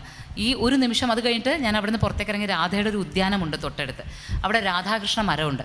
അപ്പോൾ അവിടെ ആ ഉദ്യാനം നോക്കുന്ന ഒരു അമ്മയുണ്ട്, നല്ല പ്രായമുള്ളൊരമ്മ. ആ അമ്മ പറഞ്ഞു തന്നു, നിനക്കിത് മനസ്സിലായോ, ഈ 2 മരങ്ങൾ, ഒരു മരം കരിങ്ങാലി മരമാണ്, ഒരു മരം വെളുത്ത അരയാലാണ്. വെളുത്ത അരയാൽ രാധയാണ്, കറുത്ത കരിങ്ങാലി കൃഷ്ണനാണ് എന്ന് പറഞ്ഞു. അപ്പോൾ കരിങ്ങാലി ഇങ്ങനെ ഉണങ്ങി ഇലയൊന്നും ഇല്ലാതെയായി, എന്നാൽ വെളുത്ത അരയാൽ നല്ല പുഷ്ടിക്കാൻ നിൽക്കുന്നത്. അപ്പോൾ വെളുത്തത് രാധയും കറുത്തത് കൃഷ്ണമാണെന്ന് പറഞ്ഞു. അപ്പോൾ ഞാനതിങ്ങനെ നോക്കി നിൽക്കുകയാണ്. അപ്പോൾ എൻ്റെ ചെവിയുടെ അടുത്ത് വന്നിട്ട് പറയണം, കരിങ്ങാലി ഇനി ഉണങ്ങിയാലും ഇല്ലാതെ ആവാൻ അവൾ സമ്മതിക്കില്ല, ചേർത്ത് പിടിച്ചുകൊള്ളും നിൻ്റെ ഉള്ളിലെ കൃഷ്ണാവബോധത്തെ പോലെ എന്ന് പറഞ്ഞിട്ടങ്ങ് നടന്നുപോയി. അപ്പോൾ ഞാൻ ഒരു നിമിഷം ഇങ്ങനെ നോക്കി നിൽക്കുക. അപ്പോഴാണ് മനസ്സിലാകുന്നത് രാധ ഇങ്ങനെ കൃഷ്ണനെ ചേർത്ത് പിടിച്ചിരിക്കുകയാണ്. അതായത് ഒരു കാലത്തും ഓരോരോ കാലങ്ങളിൽ നമ്മൾ കൃഷ്ണനെ മറന്നു പോയാലും, നമ്മളെല്ലാ കാലത്തും ഏതൊക്കെ കാലങ്ങളിൽ നമ്മൾ കൃഷ്ണനെ മറന്നു പോയിട്ടുണ്ടെന്നറിയോ, ആ കാലങ്ങളിലൊക്കെ പിന്നെയും ഓർമ്മിപ്പിക്കാൻ കൃഷ്ണൻ്റെ തന്നെ ആത്മശക്തിയാണ് രാധ. അതൊരു വലിയ തിരിച്ചറിയലാണ് അവിടെ കിട്ടിയത്. രാധ എന്ന് പറയുന്നത് വേറൊരാളല്ല, ഭഗവാൻ തന്നെയാണ്. ഭഗവാന്റെ ആഹ്ലാദ ശക്തി, നമ്മളെ ചിരിപ്പിക്കാനും ചിന്തിപ്പിക്കാനും ഒക്കെ ഭഗവാൻ തന്നെ സ്വീകരിച്ച ആ ശക്തിയാണ്, ആത്മശക്തിയാണ് രാധ എന്ന് മനസ്സിലാക്കിയ നിമിഷം. അതിനുശേഷം പിന്നീട് കുറേ നേരം ഞാൻ എന്തിനെന്നറിയാതെ കരയുന്നു, കുറേ നേരം കരയുന്നു. കരഞ്ഞ് ഒടുവിൽ ആ വൃക്ഷത്തിൻ്റെ ചുവട്ടിൽ തന്നെ ഞാൻ കുറേ നേരം ചുരുണ്ട് അവിടെ കിടന്ന് കരഞ്ഞുകൊണ്ടേയിരിക്കുകയാണ്. എനിക്ക് മനസ്സിലാവണില്ല എന്തിനാണ് ഞാൻ കരയുന്നത്, എന്തുകൊണ്ട്. അതിന് മുന്നേ കൈലാസത്തിൽ വെച്ച് ഇത്തരം അനുഭവങ്ങൾ ഉണ്ടായതുകൊണ്ട് ഈ കരച്ചിൽ എന്ന് പറയുന്നത് ഒരു സൂക്കേടാണെന്ന് എനിക്കറിയാം. അത് ചില തിരിച്ചറിവുകൾക്ക് മുമ്പാണ് ഞാൻ ഈ കരയുന്നത്. അല്ലെങ്കിൽ ആത്മാഭിമാനിയായ ദുരഭിമാനിയായ ഒരു സ്ത്രീയായിട്ടും ഞാനിരിക്കും, അന്തസ്സ് ഒക്കെ നോക്കിയിട്ട്. ഇതെൻ്റെ കയ്യിൽ നിന്ന് വിടുന്ന സമയമാണ് ഭഗവാൻ എന്നിൽ പ്രവർത്തിക്കുന്ന സമയം. അപ്പോഴാണ് ഞാൻ കരയുന്നതെന്നും എനിക്കറിയാം. ഇപ്പോൾ കണ്ണുകൾ നിറഞ്ഞൊഴുകിക്കൊണ്ട് വൃന്ദാവനത്തിൽ ഇങ്ങനെ നിൽക്കുകയാണ് റാവലിൽ. ആരും പറഞ്ഞു തന്നിട്ടില്ലാത്ത, അല്ലെങ്കിൽ എവിടെയും കേട്ടിട്ടില്ലാത്ത റാവൽ ആദ്യമായിട്ട് വെളിപ്പെടുക. ഇങ്ങനെ 12 ദിവസം, അതായത് പിന്നീട് നമ്മളെ എക്സ്റ്റെൻഡ് ചെയ്ത് 12 ദിവസം വൃന്ദാവനത്തിൽ നിന്നു. ഒരു പ്ലാനും ഇല്ലാതെ പോയിട്ട്, ഒന്നും അറിയാതെ പോയിട്ട് 12 ദിവസം. ഈ 12 ദിവസങ്ങളിൽ മനസ്സിലാക്കിയ ഓരോ കാര്യങ്ങളെന്ന് പറഞ്ഞാൽ അതാണ് പറഞ്ഞേ, ചിലപ്പോൾ ചില പാഠശാലകളോ സർവകലാശാലകളോ ഒന്നും വേണ്ടി വരില്ല നമുക്ക് വലിയ കൃഷ്ണാവബോധം ഉണ്ടാവാൻ. വൃന്ദാവനത്തിലെ ആ 12 ദിവസം എന്നെ സംബന്ധിച്ചിടത്തോളം ഭഗവാൻ ശ്രീകൃഷ്ണനെ ഇങ്ങനെ ആഴത്തിൽ മനസ്സിലാക്കി തരാണ്. ഓരോ സാഹചര്യത്തിലും ഭഗവാൻ എന്തായിരുന്നു, ആരായിരുന്നു, എങ്ങനെയൊക്കെയാണ് നമ്മുടെ ഉള്ളിൽ പ്രവർത്തിക്കുക, ഇതെല്ലാം ചിത്രീകരിച്ച് ഗോവർദ്ധനഗിരി പരിക്രമ ചെയ്യാൻ ഗോവർദ്ധനഗിരി ഉണ്ടോ എന്ന് ഞാൻ ആദ്യം ചോദിച്ച ആൾ പറഞ്ഞത് ഗോവർദ്ധനഗിരി ഒരു സങ്കല്പമാണ്. ഗോവർദ്ധനഗിരി ഇപ്പോൾ ഇല്ല. ഗോവർദ്ധനഗിരിയുടെ സങ്കല്പത്തിൽ അവിടെ ഒരു വെളുത്ത ക്ഷേത്രമുണ്ട്, അതേ ഉള്ളൂ. ഗോവർദ്ധനഗിരി ഇന്നില്ല എന്ന് പറഞ്ഞു. അപ്പോൾ സ്വാഭാവികം, ശരിയാണ്, നമുക്ക് ആലോചിക്കാമല്ലോ, എല്ലാം പോയിട്ടുണ്ട്, എല്ലാം കഴിഞ്ഞിരിക്കുന്നു, അതുകൊണ്ട് ഇല്ല എന്നുള്ള ധാരണയിൽ തന്നെ ഞാൻ ഗോവർദ്ധനഗിരിയിലെ വെളുത്ത ക്ഷേത്രം തൊഴാൻ പോവാണ്. തൊഴുതിട്ട് വന്ന് അങ്ങനെ ഇരിക്കുമ്പോൾ ഒരു ഫോറിനർ നടന്നു പോവാം എൻ്റെ മുന്നിലൂടെ. ആ ഫോറിനറുടെ കാലിൽ മുഴുവൻ ഇങ്ങനെ വെളുത്ത മണ്ണ് പൊതിഞ്ഞിരിക്കുക. അപ്പോൾ ഞാൻ അദ്ദേഹത്തിൻ്റെ കാലിലേക്ക് നോക്കും, അദ്ദേഹത്തിൻ്റെ മുഖത്തേക്ക് നോക്കും, വീണ്ടും കാലിലേക്ക് നോക്കും. കാരണം അസ്വാഭാവികമായി ഒരു മണ്ണ് പൊതിയൽ ആ കാലിൽ. അപ്പോൾ അദ്ദേഹം എൻ്റെ അടുത്ത് ഇങ്ങനെ നോക്കിയിട്ട് ചിരിച്ചിട്ട് പറഞ്ഞു, ഗോവർദ്ധനഗിരി പരിക്രമ ചെയ്തിട്ട് വരാണ്, അതാണ് കാലിങ്ങനെ ഇരിക്കണേ പറയാം. അപ്പോൾ ഞാൻ പറഞ്ഞു, ഗോവർദ്ധനഗിരി പരിക്രമ ചെയ്യാൻ പറ്റുമോ? ആ പറ്റും, ഗോവർദ്ധനഗിരി പരിക്രമ ചെയ്യാൻ പറ്റും. ഗോവർദ്ധനഗിരി എവിടെയാണ്? അദ്ദേഹം കാണിച്ചു തരാണ് ഗോവർദ്ധനഗിരി. അതിഗംഭീരമായിട്ട് ആ ഒരു പശു വിശ്രമിക്കുന്ന പോലുള്ള ഗോവർദ്ധനഗിരി കാണിച്ചു തരാണ്. ഞാൻ ഗോവർദ്ധനഗിരി പരിക്രമ ചെയ്യാം. ഇങ്ങനെ സംഭവബഹുലമായ 12 ദിവസങ്ങൾ. ഈ 12 ദിവസങ്ങളിൽ ഇടയ്ക്ക് നമ്മൾ നോക്കുമ്പോൾ ഒരു ദിവസം പൗർണമിയാണ്. ഞാനിത് പറയുമ്പോൾ ഏറ്റവും ആത്മാർത്ഥമായിട്ട്, കാരണം ഈ തിരുനടയിൽ ഭഗവാൻ കേട്ടുകൊണ്ടിരിക്കുകയാണ്, അതെനിക്കറിയാം. അതുകൊണ്ട് ഞാൻ ഏറ്റവും ആത്മാർത്ഥമായിട്ടും സത്യസന്ധവുമായിട്ടാണ് പറയുന്നത്. ഒന്നും അറിയാതെയാണ് വൃന്ദാവനത്തിലേക്ക് പോയതെന്ന് പറയുന്നതിൽ എനിക്ക് തെല്ലും മോശം തോന്നണില്ല. കാർത്തിക മാസം അഥവാ ദാമോദര മാസം എന്ന് പറയുന്നത് വൃന്ദാവനത്തിൽ പ്രത്യേകതയാണെന്നും ദാമോദര മാസം തുടങ്ങിക്കഴിഞ്ഞിരിക്കുന്നു എന്നും അറിഞ്ഞുകൂടാതെയാണ് 2004 മുതൽ 2016 വരെ ആധ്യാത്മികമായ മേഖലയിൽ പ്രവർത്തിക്കുകയും അമ്പലങ്ങളെക്കുറിച്ച് സംസാരിക്കുകയും അമ്പലങ്ങളെക്കുറിച്ച് നിരന്തരം പറഞ്ഞുകൊണ്ടിരിക്കുകയും ചെയ്യുന്ന മോചിത വൃന്ദാവനത്തിലെത്തുന്നത്. അപ്പോൾ പൗർണമി കാണുന്നുണ്ട്. പൗർണമിയിൽ ഒരുപാട് പേര് ഇങ്ങനെ ഫോറിനേഴ്സൊക്കെ നല്ല വസ്ത്രങ്ങളൊക്കെ ധരിച്ച് ഭിക്ഷ തെണ്ടുന്നുണ്ട്. അപ്പോൾ ഞാൻ അവരോട് ചോദിക്കുന്നുണ്ട്, നിങ്ങൾ എന്തിനാണ് ഭിക്ഷ തെണ്ടുന്നത്? അത് ഞങ്ങളുടെ ഗുരു പറഞ്ഞു ഇന്നിങ്ങനെ ചെയ്യണം എന്നൊക്കെ പറയുന്നുണ്ട്. അപ്പോൾ ഇതൊക്കെ ചിത്രീകരിക്കുന്നതും ഇതൊക്കെ പറയുന്നതും ഒക്കെ ഉണ്ട്. എല്ലാം കഴിഞ്ഞ് നാട്ടിലേക്ക് വന്നു കഴിഞ്ഞ് അവിടെ നിന്ന് തന്നെ വൃന്ദാവനത്തെക്കുറിച്ചുള്ള പുസ്തകം മുഴുവൻ എടുത്ത് വൃന്ദാവനത്തെക്കുറിച്ചുള്ള അറിവുള്ളവരിൽ നിന്നൊക്കെ എല്ലാം കളക്ട് ചെയ്ത് ഞാൻ നാട്ടിൽ വന്നിട്ട് നോക്കുമ്പോൾ ഈ പറയുന്ന ഇൻഫർമേഷൻസ് എല്ലാം ഒരണുകിട തെറ്റാതെ ശരിയാണ്. ഓരോരുത്തർ പറഞ്ഞു തന്നതും എല്ലാം വളരെ ശരിയാണ്. ഒരു ശകലം തെറ്റ് എവിടെയും വന്നിട്ടില്ല. എവിടെയും ആ പറഞ്ഞു തന്ന വർഷങ്ങൾ, പറഞ്ഞു തന്ന ഐതിഹ്യം, ഇതെല്ലാം അത്രയും ശരിയാക്കുന്ന ഒരു അനുഭവം. അത് ശരിക്കും പറഞ്ഞാൽ ഭഗവാന്റെ ഇടപെടൽ അല്ലെങ്കിൽ പിന്നെ എന്താണ് അവിടെ നടക്കുന്നത്? ഭഗവാൻ ഇടപെട്ടിട്ടല്ല എങ്കിൽ പിന്നെ എന്താണ്? അതൊരു വലിയൊരു അത്ഭുതം തന്നെയായിരുന്നു ആ വർഷങ്ങൾ ഉൾപ്പെടെ. അതുപോലെ തന്നെ 1515 നവംബർ മാസത്തിൽ, ദാമോദര മാസത്തിലാണ് സാക്ഷാൽ ചൈതന്യ മഹാപ്രഭു ആദ്യമായിട്ട് വൃന്ദാവനത്തിൽ എത്തുന്നത്.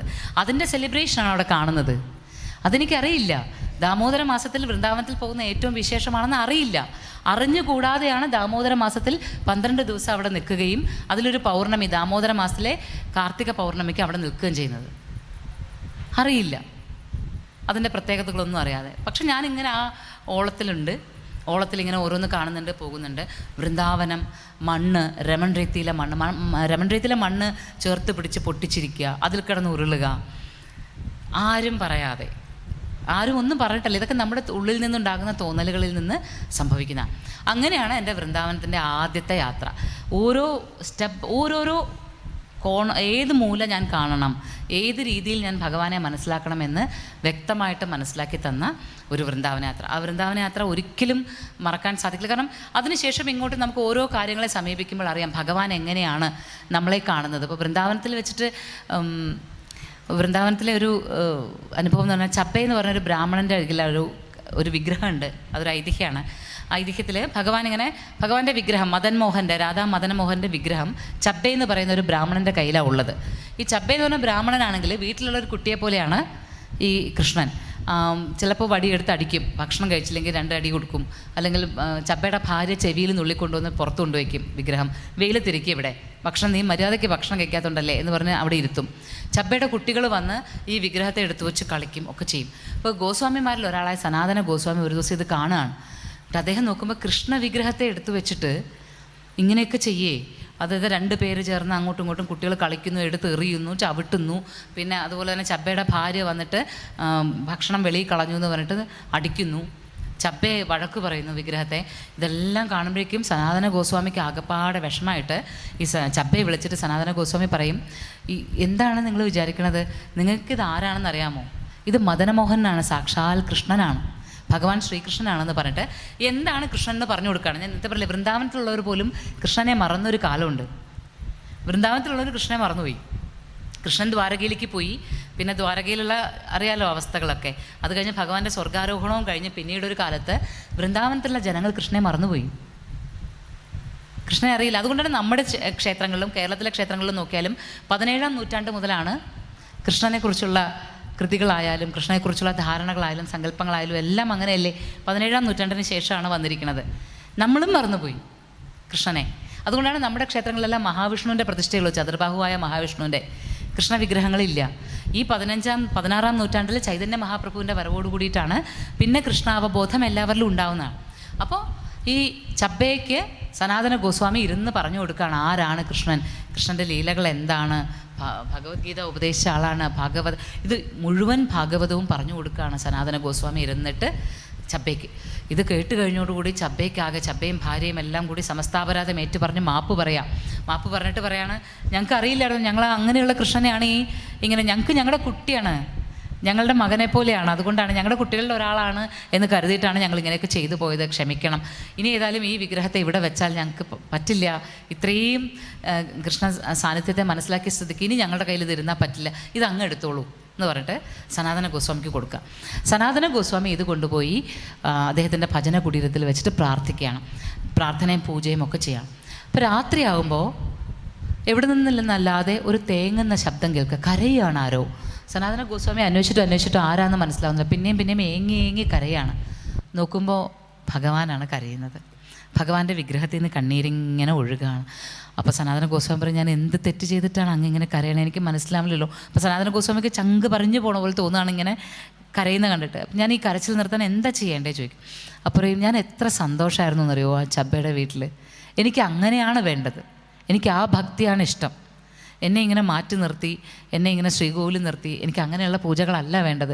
എന്നെ നിങ്ങളിൽ ഒരാളായി കാണുമ്പോൾ അല്ലെങ്കിൽ മകനായി കാണുമ്പോൾ ഒക്കെയാണ് ഞാൻ സന്തോഷിക്കുന്നത് എന്ന് പറയണം. എനിക്കതാണ് ഇഷ്ടം എന്ന് ഭഗവാൻ പറയണം. എന്നിട്ട് വാശി പിടിച്ച് കരയും. പിറ്റേ ദിവസം രാവിലെ തന്നെ സനാതന ഗോസ്വാമി ഈ വിഗ്രഹം കൊണ്ട് തിരിച്ചു കൊടുക്കാൻ പോവാണ്. പക്ഷേ ചബ്ബയ്ക്ക് ഇനി ഒരിക്കലും പഴയതുപോലെ കാണാൻ പറ്റില്ല. കാരണം ചബ്ബയ്ക്ക് ഭഗവാൻ ശ്രീകൃഷ്ണൻ ആരാണെന്ന് മനസ്സിലാക്കി കൊടുത്തിരിക്കുക. അതോടുകൂടി പിന്നെ ഇനി ഒരിക്കലും അങ്ങനെ കാണാൻ പറ്റില്ല. അതുകൊണ്ട് ചബ്ബ പറയണേ, എനിക്ക് പറ്റില്ല, എനിക്ക് സ്വീകരിക്കാൻ പറ്റില്ല എന്ന് പറയും. അങ്ങനെ സനാതന ഗോസ്വാമിയുടെ ഒപ്പം കരഞ്ഞിരിക്കുന്ന കൃഷ്ണൻ ഇപ്പോഴും നമുക്കവിടെ പോയാൽ കാണാം. പിന്നെ എല്ലാത്തിനും വഴക്കുണ്ടാക്കും. ചപ്പാത്തിക്ക് ഉപ്പില്ല, അപ്പോൾ ഉപ്പ് കൂട്ടി കഴിക്കില്ല ഗോസ്വാമിമാർ. അപ്പോൾ ഗോസ്വാമി കഴിക്കുന്ന ഭക്ഷണത്തിൽ നിന്ന് കുറച്ച് ചപ്പാത്തി കൊടുക്കുമ്പോൾ എനിക്കിതിന് ഉപ്പില്ല, എനിക്ക് വേണ്ട, കരയുക. അങ്ങനെ വാശി പിടിക്കുന്ന ഒരു കുട്ടിയായിട്ട് സനാതന ഗോസ്വാമിയുടെ ഒപ്പം ഭഗവാൻ ഉണ്ടായിരുന്നു എന്നാണ് ഒരുപാട് കാലം. പിന്നെ സനാതന ഗോസ്വാമി പറഞ്ഞ് പ്രാർത്ഥിച്ചാണ് ആ പിണക്കം മാറിയതെന്ന് പറഞ്ഞിട്ട് ഐതിഹ്യമുണ്ട് വൃന്ദാവനത്തിൽ. ഇന്ന് നമുക്കവിടെ പോയി കഴിഞ്ഞാൽ സനാതന ഗോസ്വാമി നേദ്യം കൊടുത്തെടുത്ത് ഇങ്ങനെ പിണങ്ങി മുഖമൊക്കെ ഇങ്ങനെ വീർപ്പിച്ചിരിക്കുന്ന കൃഷ്ണവിഗ്രഹം നമുക്ക് കാണാം. അപ്പം അങ്ങനെ നമ്മളിൽ ഒരാളായി നിൽക്കാൻ ആഗ്രഹം, നമ്മളുടെ ഹൃദയത്തിൻ്റെ ഭാഗമായി നിൽക്കാൻ ആഗ്രഹിക്കുന്ന കൃഷ്ണനെ മനസ്സിലാക്കുമ്പോൾ ഉണ്ടല്ലോ, നമുക്ക് പിന്നെ ഒന്നിനോടും ഭയമല്ല, ഒന്നിനോടും ഭയമോ അല്ലെങ്കിൽ മാറ്റി നിർത്തേണ്ട ഒന്നുമല്ല. നമ്മുടെ ഉള്ളിൽ ആ അനന്തമായി നിൽക്കുന്ന ആനന്ദത്തിൻ്റെ ഭാവമാണ് കൃഷ്ണൻ. എനിക്കിങ്ങനെ അറിയാം കൃഷ്ണനെ, എനിക്ക് കൃഷ്ണനെ വിശ്വാസമില്ല, കൃഷ്ണനിൽ വിശ്വാസമില്ല. എനിക്ക് കൃഷ്ണൻ അനുഭവമാണ്. ഓരോ നിമിഷവും എൻ്റെ കൈ പിടിക്കുന്ന എനിക്കറിയാം, എനിക്ക് മുന്നിൽ കാണാം. പിന്നെ ഞാൻ എന്തിനു മറ്റൊരാളുടെ മുന്നിൽ പറയണം ഭഗവാൻ ശ്രീകൃഷ്ണൻ ഉണ്ടിട്ടോ എന്ന് എന്തിനു പറയണം? ഓരോ തവണ വൃന്ദാവനത്തിൽ പോകുമ്പോഴും എനിക്ക് മുന്നിൽ കാണുകയാണ് ഓരോരോ ലീലകളായിട്ട്. ഒരു വൃന്ദാവന യാത്ര പോലും ഇല്ല, ഞാനിപ്പോൾ പോയിട്ടുള്ളതിൽ ഒരു വൃന്ദാവന യാത്ര പോലും ഇല്ല ഭഗവാന്റെ ആ സാന്നിധ്യത്തെ ഞാൻ കാണാത്തത്. പല രീതിയിലാണെന്ന് മാത്രം. ഭഗവാൻ അങ്ങനെ പീലി ചൂടി മുന്നിൽ വന്ന് നിൽക്കണില്ല. അങ്ങനെ നിൽക്കണില്ല. പക്ഷേ ഏതൊക്കെ തരത്തിലാണ് ഭഗവാൻ ഇടപെടുന്നതെന്ന് വെച്ചാൽ അതൊന്നും പറഞ്ഞാൽ അത്ഭുതങ്ങൾ ഒരിക്കലും കഴിയുന്നേ ഇല്ല എന്നുള്ളതാണ് സത്യം. ഓരോ തവണയും ഭഗവാന്റെ ഇടപെടൽ. ഒരിക്കൽ വൃന്ദാവനത്തിൽ പോയ സമയത്ത് വൃന്ദാവനത്തെക്കുറിച്ച് നമ്മുടെ സുദർശന രഘുനാഥ് ഉണ്ടല്ലോ, സുദർശന ചേച്ചി എഴുതിയ ബുക്ക് എൻ്റെ കയ്യിൽ തന്നു. ഞാൻ പോകുമ്പോൾ ധന്യം വൃന്ദാവനം എന്ന് പറഞ്ഞ ബുക്ക് എനിക്കൊരു കോപ്പി അയച്ചു തന്നു, പ്രിയപ്പെട്ട മോചിതയ്ക്ക് എന്ന് പറഞ്ഞിട്ട് എഴുതുന്നു. അപ്പോൾ ആ ബുക്ക് ഞാൻ കയ്യിൽ വെച്ചിരുന്നു. ഇനി അടുത്ത തവണ വൃന്ദാവനം പോകുമ്പോൾ ഇതിനകത്തുള്ള ഐതിഹ്യങ്ങളുള്ള ക്ഷേത്രങ്ങളൊക്കെ പോയി കാണണം എന്നൊക്കെ പറഞ്ഞിട്ടായിരുന്നത്. കുറേ ക്ഷേത്രങ്ങൾ ആദ്യത്തെ തവണ പോയി കാണാൻ പറ്റി, രണ്ടാമത് പോകുമ്പോൾ. ഇത് പക്ഷേ ഈ ബുക്ക് ഞാൻ ഡൽഹിയിൽ വെച്ചിട്ട്, ഡൽഹിയിലൊരു ഉത്തര ഗുരുവായൂരപ്പൻ ക്ഷേത്രമുണ്ട്, അവിടെ വെച്ചിട്ട് അതിനെക്കുറിച്ചുള്ള ഒരു വീഡിയോ ഒക്കെ ചെയ്തുകൊണ്ടിരുന്നപ്പോൾ ഈ പുസ്തകം എൻ്റെ കയ്യിൽ നിന്ന് നഷ്ടപ്പെട്ടു പോയി. ഈ ബുക്ക് കാണാണ്ടായി. അപ്പോൾ ഓക്കെ ശരി, ബുക്ക് പോയി വിട്ടു. അത് കഴിഞ്ഞ് കുറേ നേരം നോക്കി, കണ്ടില്ല. അത് കഴിഞ്ഞിട്ട് പിന്നീടുള്ള വൃന്ദാവന യാത്രകൾ ഇങ്ങനെ നടന്നുകൊണ്ടേ ഇരിക്കുന്നുണ്ട്. ഞാൻ വർഷത്തിലൊരു 3 തവണ വൃന്ദാവനത്തിൽ പോകുന്ന ഒരു അവസ്ഥയിലേക്ക് എത്തി. ഓരോ തവണയും ഒരു തവണ ആദ്യം പോയിൽ നിന്ന് പിന്നെ വർഷത്തിൽ 3 തവണ പോകുന്നത്. അങ്ങനെ 2016 ആദ്യം പോയി, 2017 രണ്ടാമത് പോകുമ്പോഴാണ് ഈ പുസ്തകം എനിക്ക് നഷ്ടപ്പെടുന്നത്. 2018 3 തവണ പോയി, 2019 3 തവണ പോയി, 2019 ഒക്ടോബറിൽ ദാമോദര മാസത്തിൽ പോകുന്ന സമയത്ത് അപ്പോഴേക്കും ഒരു 10 തവണയെങ്കിലും പോയിട്ട് അവിടുത്തെ പൂജാരിയായിട്ടൊക്കെ നല്ല പരിചയമാണ്, അവിടുത്തെ പൂജാരിയൊക്കെ നന്നായിട്ട് അറിയാം. പക്ഷേ 2019 പോകുന്ന സമയത്ത് ഞാൻ അവിടേക്ക് കയറി ചെല്ലുമ്പോൾ പൂജാരി എൻ്റെ അടുത്ത് പറഞ്ഞു, പോരുത് കേട്ടോ, എനിക്കൊരു സാധനം തരാനുണ്ട് എന്ന് പറഞ്ഞു. അപ്പോൾ ഞാൻ അവിടെ നിന്നപ്പോൾ പറഞ്ഞു, അത് നിങ്ങൾക്ക് തരാൻ പറഞ്ഞിട്ട് കേരള രീതിയിൽ സാരി കൊടുത്തൊരു സ്ത്രീ വന്നിട്ട് എൻ്റെ കയ്യിൽ തന്നിട്ട് പോയൊരു സാധനമാണ്, അത് നിൽക്കൂ ഞാൻ തരാമെന്ന് പറഞ്ഞിട്ട് ഈ പുസ്തകം എടുത്ത് തന്നു. ഈ ബുക്കെടുത്ത് ഞാൻ തുറന്നു നോക്കുമ്പോൾ പ്രിയപ്പെട്ട മോചിതയ്ക്ക് സുദർശനാമ്മ എഴുതിയിരിക്കുന്ന ബുക്ക്, ഡൽഹിയിൽ വെച്ച് നഷ്ടപ്പെട്ടത്. ഈ 10 വർഷത്തോളം 10 തവണയോളം ഞാൻ വൃന്ദാവനത്തിൽ വരുമ്പോൾ അദ്ദേഹം എനിക്ക് തരാത്തത്, അദ്ദേഹത്തിൻ്റെ കയ്യിലില്ലാതിരുന്നത്, പെട്ടെന്നൊരു ദിവസം പറയണം, ഒരു കേരള സാരി കൊടുത്ത സ്ത്രീ വന്ന് ഇതെന്നെ ഏൽപ്പിക്കണം, ഞാൻ വരുമെന്നും എന്നെ ഏൽപ്പിക്കണം എന്നും പറഞ്ഞിട്ട് പോയി എന്ന് പറഞ്ഞു. ഞാൻ അപ്പം തന്നെ സുദർശനാമ്മയെ വിളിച്ചു പറഞ്ഞു. സുദർശനാമ്മ അങ്ങനെ കരഞ്ഞുകൊണ്ട്, ഞാൻ പറയുന്ന ഞാനിങ്ങനെ ഇത്രേ പറഞ്ഞതേ ഉള്ളൂ, ചേച്ചി അങ്ങ് പൊട്ടിക്കരയാ ചേച്ചി.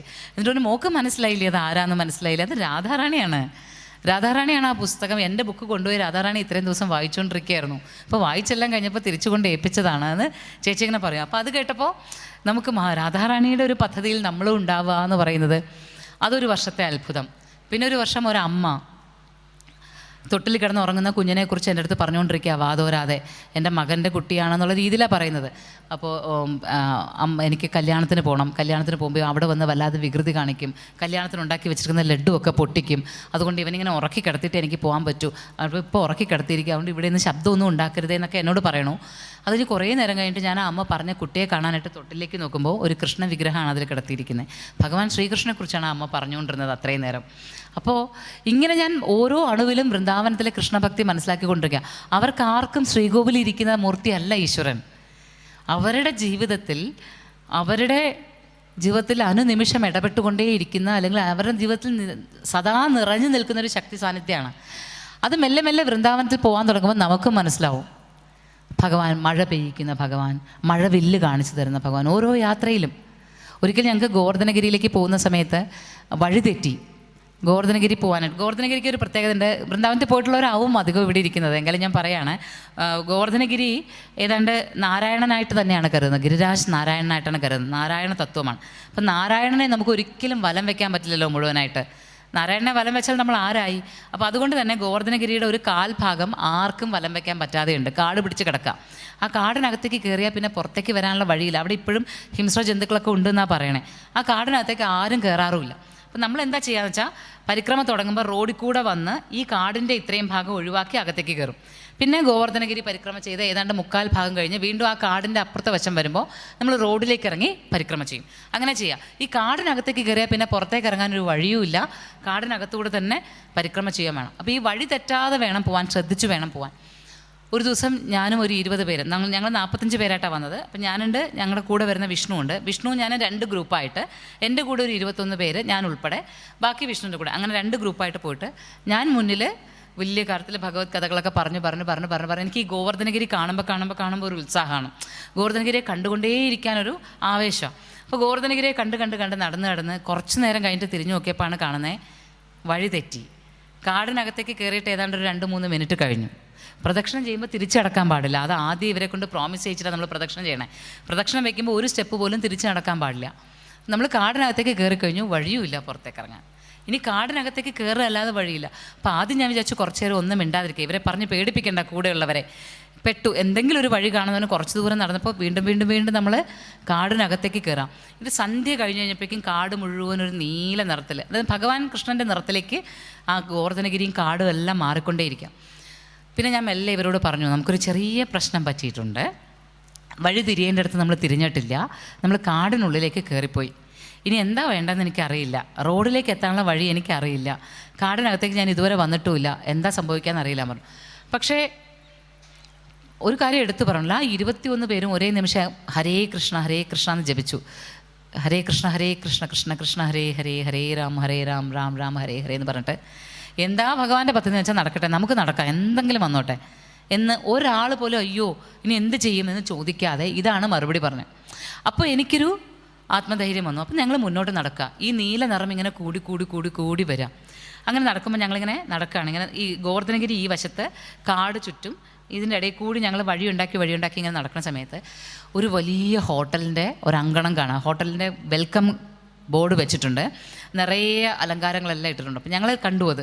അപ്പോൾ നോക്കുമ്പോൾ ആ വെൽക്കം ബോർഡ് വെച്ചിരിക്കുന്ന അവിടെ ഒരു റോഡുണ്ടെങ്കിലേ അങ്ങോട്ടേക്ക് എല്ലാവർക്കും പോകാൻ പറ്റും. അപ്പോൾ അവിടെ റോഡുണ്ടെന്ന് മനസ്സിലായി, കാടിനുള്ളിലൂടെ പോയാൽ അവിടെ റോഡുണ്ടെന്ന് മനസ്സിലായി. അപ്പോൾ ആശ്വാസമായി, കാരണം അതിൽ കൂടി എങ്ങനെയെങ്കിലും എത്തിക്കഴിഞ്ഞാൽ നമുക്ക് അപ്പുറത്ത് കിടക്കാം. അപ്പോൾ ഞങ്ങൾ ഈ കാടിനകത്ത് കൂടി വഴിയുണ്ടാക്കി മൊബൈലിൻ്റെ ടോർച്ചൊക്കെ അടിച്ചടിച്ച് വഴിയുണ്ടാക്കി ഞങ്ങൾ അവിടെ ചെന്നു. 21 പേരുണ്ട്, ഞാൻ ഉൾപ്പെടെ. 21 പേരും ആ കവാടവും കണ്ടതാണ്. അതിലെ ലൈറ്റപ്പൊക്കെ നന്നായിട്ട് ലൈറ്റപ്പൊക്കെ ചെയ്ത്, എന്നുവെച്ചാൽ ഒരു 5 സ്റ്റാർ ഹോട്ടലിൻ്റെയൊക്കെ മുന്നിൽ ഡോർ ചെന്ന് നിന്നാൽ ലൈറ്റപ്പ് ചെയ്തിരിക്കണില്ലേ, അതേപോലെ ലൈറ്റപ്പ് ചെയ്തിരിക്കുന്നത് ഞങ്ങൾ കണ്ടതാണ്. അവിടെ ചെന്ന് നിൽക്കുമ്പോൾ ഒരു ലൈറ്റും ഇല്ല, കവാടവും ഇല്ല, യാതൊന്നുമില്ല. ഒരു ഇങ്ങനെ മുള്ള് കമ്പി അല്ലേ അതിട്ടുള്ള വേലി മാത്രം, വേലിയാണ് കിടക്കുന്നത്. പക്ഷേ ആ വേലിക്ക് താഴെ ഒരു വലിയ കുഴിയുണ്ട്. അവിടെ ഇരുന്നാൽ ഒരാൾക്ക് ഇരുന്ന് സുഖമായിട്ട് അപ്പുറത്ത് റോഡിലേക്ക് കടക്കാം. അതല്ലാതെ വേറൊരു വഴിയുമില്ല റോഡിലേക്ക് കടക്കാൻ. ആ വഴിയാണെങ്കിൽ നമ്മൾ ഒരിക്കലും നടന്നു പോകുമ്പോൾ ശ്രദ്ധിക്കുകയില്ല, കാരണം മുള്ളുവേലിയെ കാണുള്ളൂ. മുള്ളുവേലി ഇട്ടിരിക്കുന്നതിന് താഴെ ഒരു കുഴി, ഇവിടെ മാത്രം. അവിടെ ഇങ്ങനെ ഇരുന്ന് കഴിഞ്ഞാൽ ഒരാൾ ഇരുന്ന് അപ്പുറത്തേക്ക് കടന്നാൽ റോഡിലേക്ക് കയറുന്ന വഴിയായി. ഞങ്ങൾ അപ്പം തന്നെ അതിലെ കൂടെ എല്ലാവരും കയറി ഇപ്പുറത്തേക്ക് വന്നു. ഇപ്പുറത്തേക്ക് കയറി വന്നിട്ട് നമ്മൾ നോക്കുക, നമ്മൾ കണ്ട ഹോട്ടൽ എവിടെ? ഒരു ഹോട്ടൽ കണ്ടല്ലോ, അതെവിടെ? എവിടെയും നോക്കിയിട്ട് കാണാനില്ല. പക്ഷെ ഞങ്ങൾ 21 പേരും കണ്ടതാണ് ആ കവാടം. കാരണം ഞങ്ങൾ ആ കവാടം കണ്ടില്ല എങ്കിൽ ആ വഴിയിലേക്ക് വരില്ല. വീണ്ടും ഞങ്ങൾ കാട്ടിലേക്ക് ഇങ്ങനെ നടന്നുകൊണ്ടേയിരിക്കും. ഈ കവാടം ഇവിടെ കണ്ടതുകൊണ്ടാണ് ഈ വഴി തിരിഞ്ഞ് ഇങ്ങനെ വന്നത്. 21 പേരെയും ഒരുപോലെ ഭഗവാൻ അത്ഭുതപ്പെടും. ആരെങ്കിലും ഒരാളോ രണ്ടാളോ ആണെങ്കിൽ മനസ്സിൻ്റെ തോന്നലെന്ന് പറയാം. 21 പേരും കണ്ടതാണ് ആ കവാടവും അതും. അപ്പോൾ ഇങ്ങനെയുള്ള അനുഭവങ്ങളാണ് ഓരോ വൃന്ദാവന യാത്രയിൽ തരുന്നത്. അപ്പോൾ പിന്നെ ഞാൻ എന്തിനു സംശയിക്കണം? അല്ലെങ്കിൽ ആരെങ്കിലും എന്തിനു ബോധ്യപ്പെടുത്തണം ഭഗവാൻ ശ്രീകൃഷ്ണൻ വൃന്ദാവനത്തിലുണ്ടോ ഇല്ലയോ എന്നൊക്കെ?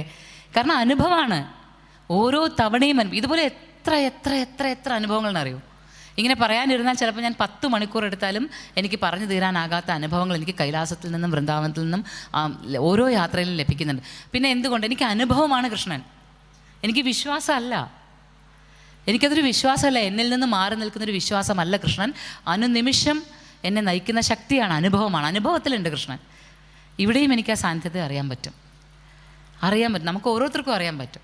കൃഷ്ണ ഭക്തർക്ക് അനുഭവിക്കാൻ സാധിക്കും ഭഗവാന്റെ സാന്നിധ്യത്തെ. ഭഗവാൻ അങ്ങനെയാണ് ഇടപെടുന്നത്. വളരെ സിമ്പിളായിട്ട്, എത്രമാത്രം ആനന്ദത്തോടു കൂടി നമ്മളിലെ ആ ശക്തിധാരകളെ ഉണർത്തിയെടുക്കുന്ന സർവശക്തി സ്വരൂപനാണ് കൃഷ്ണൻ. ആ കൃഷ്ണനെയാണ് നമ്മൾ വൃന്ദാവനത്തിൽ കാണുന്നത്. അതേ കൃഷ്ണൻ തന്നെയാണ് നമ്മൾ ഭാഗവതത്തിലൂടെ, സപ്താഹങ്ങളിലൂടെ, നാരായണീയത്തിലൂടെ ഓരോ നിമിഷവും ഈ ആചാര്യന്മാർ ഓരോരുത്തരും നമ്മുടെ ഹൃദയത്തിലേക്ക് കുടിവെക്കുന്നത് ആ കൃഷ്ണനെയാണ്. അവരോരോ വാക്കുകളും പറയുമ്പോൾ എങ്ങനെയാണ് കൃഷ്ണ സാന്നിധ്യം നമുക്കുണ്ടാകുന്നത്. ഇപ്പോൾ ഇന്നിപ്പോൾ ഞാൻ വരുന്ന വഴിക്ക് പറയാമെന്ന്, ഞാൻ മള്ളിയൂർ പ്രഭാഷണത്തിന് പോവാണെന്ന് പറഞ്ഞപ്പോൾ ഞങ്ങളുടെ കൂടെ ഞാനിപ്പോൾ തൃച്ചി, തഞ്ചാവൂർ, കുംഭകോണം യാത്ര കഴിഞ്ഞിട്ട് ഇന്നലെ രാത്രി എത്തിയിട്ടേ ഉള്ളൂ. ഇന്നലെ രാത്രി വളരെ വൈകിയും വെളുപ്പിന് 3 മണിയായപ്പോൾ എത്തിയതേ ഉള്ളൂ.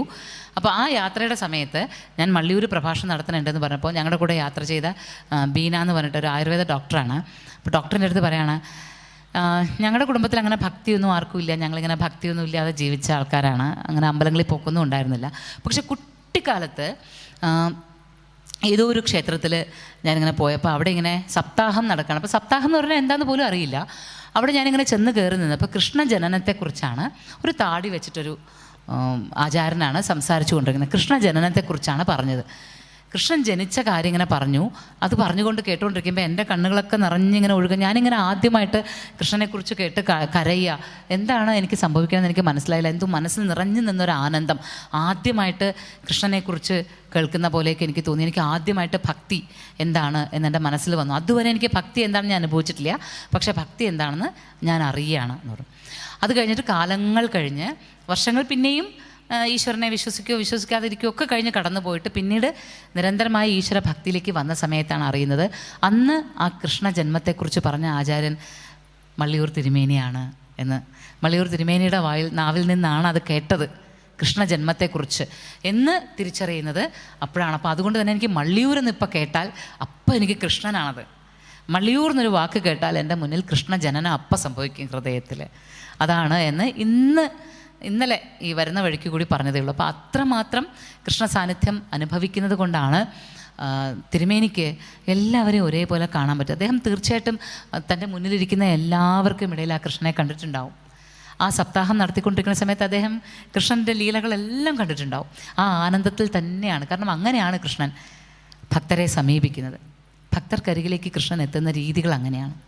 ഒരിക്കലും മാറി നിന്നുകൊണ്ട് അല്ലെങ്കിൽ ശ്രീകോവിലിൽ നിന്നുകൊണ്ട് അങ്ങനെയൊന്നുമല്ല. നമ്മുടെ ജീവിതത്തിൻ്റെ ഒരു പ്രത്യേകമായ ഘട്ടം, ഒരു ആവശ്യം എത്തുന്ന സമയത്ത് നമ്മളെ നയിച്ചു കൊള്ളും കൃഷ്ണൻ. ഭയക്കാതെ മുന്നോട്ട് നമ്മൾ പോകുക എന്നുള്ളത്. കൃഷ്ണനെ ഭയക്കാതെ നമ്മുടെ ഉള്ളിലെ ഏറ്റവും പരമമായ ആനന്ദമാണ് ഭഗവാൻ ശ്രീകൃഷ്ണൻ എന്ന് മനസ്സിലാക്കി കഴിഞ്ഞാൽ വൃന്ദാവനത്തിലെ അത്ഭുതം. എന്തുകൊണ്ടാണ് വൃന്ദാവനത്തിൽ പോകുന്നവർക്കെല്ലാം ഇങ്ങനെ അനുഭവങ്ങൾ? നമ്മുടെ മനസ്സിലെ കൃഷ്ണഭക്തി കൊണ്ട് നമുക്ക് തോന്നുന്നതാണ് എന്ന് വേണമെങ്കിൽ പറയാം. എന്നാൽ ഭക്തി ഇല്ലാത്തവർക്കുണ്ടാകുന്ന അനുഭവങ്ങളോ? ഭക്തി ഇല്ലാത്തവർക്ക് അനുഭവമുണ്ട്. ഞാൻ പറഞ്ഞുതരാം ഒരു അനുഭവം. ഒരു പ്രശസ്തനായ എഴുത്തുകാരനാണ് അദ്ദേഹം. അങ്ങനെ ഭക്തിയൊന്നുമില്ല, അദ്ദേഹം യാത്രകൾ ചെയ്യും. ഓരോ ദേശങ്ങളെക്കുറിച്ചുള്ള സാഹിത്യം, സഞ്ചാര സാഹിത്യം എഴുതും. അപ്പോൾ അങ്ങനെ ഇരിക്കുന്ന സമയത്ത് അദ്ദേഹം വൃന്ദാവനത്തിൽ പോയിട്ട് അവിടെ താമസിക്കുകയാണ്. അപ്പോൾ അദ്ദേഹത്തിന് താമസിക്കാൻ സ്ഥലമൊന്നും കിട്ടാത്തതുകൊണ്ട് ഒരു പൂജാരിയുടെ വീട്ടിലൊരു ചെറിയ മുറിക്കുള്ളിലാണ് അദ്ദേഹം താമസിക്കുന്നത്. അപ്പോൾ ആ മുറിക്കുള്ളിൽ താമസിച്ചുകൊണ്ടാണ് ഇദ്ദേഹം അവിടെ എല്ലാം യാത്ര നടത്തി. അപ്പോൾ ഈ പൂജാരി ഓരോ ദിവസവും ഓരോരോ പ്രത്യേകതകൾ വൃന്ദാവനത്തിൻ്റെ പറഞ്ഞു കൊടുക്കും. ഇവിടെ പൊക്കോളൂ, അങ്ങനെ പൊക്കോളൂ, ഇങ്ങനെ പൊക്കോളൂ എന്നൊക്കെ പറയാം. അപ്പോൾ പറഞ്ഞു കൊടുക്കും. ഇദ്ദേഹം സന്തോഷത്തോടു കൂടി ആ സ്ഥലത്തെല്ലാം പോവും. അദ്ദേഹം പത്രത്തിൽ കൊടുക്കാനുള്ള റിപ്പോർട്ടൊക്കെ തയ്യാറാക്കും ഈ സ്ഥലത്തെക്കുറിച്ച്. അത് കഴിഞ്ഞ് 2 ദിവസം കഴിഞ്ഞ് 3-ാമത്തെ ദിവസം രാവിലെ അദ്ദേഹത്തിന് പോകാൻ സമയമായപ്പോൾ അദ്ദേഹം പറഞ്ഞു, ഞാൻ പോവാണ്, എൻ്റെ ജോലി കഴിഞ്ഞു, എനിക്കിപ്പോൾ തൽക്കാലം പബ്ലിഷ് ചെയ്യേണ്ട ആ ഒരു റിപ്പോർട്ടിനുള്ള എല്ലാ ആർട്ടിക്കിളെല്ലാം ആയിക്കഴിഞ്ഞു, അതുകൊണ്ട് ഞാൻ പോവാണെന്ന് പറഞ്ഞു. അപ്പോൾ അദ്ദേഹം പറഞ്ഞു, ഇന്ന് പോകരുത്, ഇന്ന് നിങ്ങളിവിടെ നിൽക്കൂ, ഇന്നിവിടെ നിന്നിട്ട് ഞാൻ ഇന്ന് വേറെ കുറച്ച് സ്ഥലങ്ങൾ കാണിച്ചു തരാം, ഇന്നിവിടെ നിൽക്കൂ, ദയവായി എനിക്ക് വേണ്ടിയിട്ട് നിൽക്കൂ എന്ന് പറയാം. അപ്പോൾ ഇദ്ദേഹം ഇങ്ങനെ പറയുന്ന കേട്ടുകൊണ്ട് അദ്ദേഹം വിചാരിക്കും ശരി എന്നാൽ ഞാൻ ഇന്ന് നിൽക്കാം എന്ന് പറഞ്ഞിട്ട് അന്ന് നിൽക്കുകയാണ്. അന്ന് നിന്നിട്ട് അന്നും അദ്ദേഹം കുറേ വൃന്ദാവനത്തിലെ രസകരമായ കാര്യങ്ങൾ കാണിച്ചു കൊടുക്കും. അതിൻ്റെ അടുത്ത ദിവസം രാവിലെ പോകാമെന്ന് പറയുമ്പോൾ പറയും, പോകരുത്, ദയവായി പോകരുത്, ഇനിയും ഉണ്ട് വൃന്ദാവനത്തിൽ കാണാമെന്ന് പറയാം. ഇങ്ങനെ 4 ദിവസം വരെ നിൽക്കുകയാണ്. ഓരോ ദിവസവും ഇദ്ദേഹം കാല് പിടിക്കും പോകരുതെന്ന് പറഞ്ഞിട്ട്. അപ്പോൾ ഇദ്ദേഹത്തിന് ചെറിയൊരു ഇറിറ്റേഷൻ തോന്നി തുടങ്ങി. നമുക്കാണെങ്കിലും തോന്നുമല്ലേ, നമുക്കൊരു സ്ഥലത്ത് നിന്ന് പോകണം, ആൾ സമ്മതിക്കാതിരിക്കും, ഇനി വല്ല ട്രാപ്പും ആണോ, ഇയാൾ നമ്മളെ പറ്റിക്കുകയാണോ എന്നൊക്കെയുള്ള തോന്നൽ വന്നു തുടങ്ങി.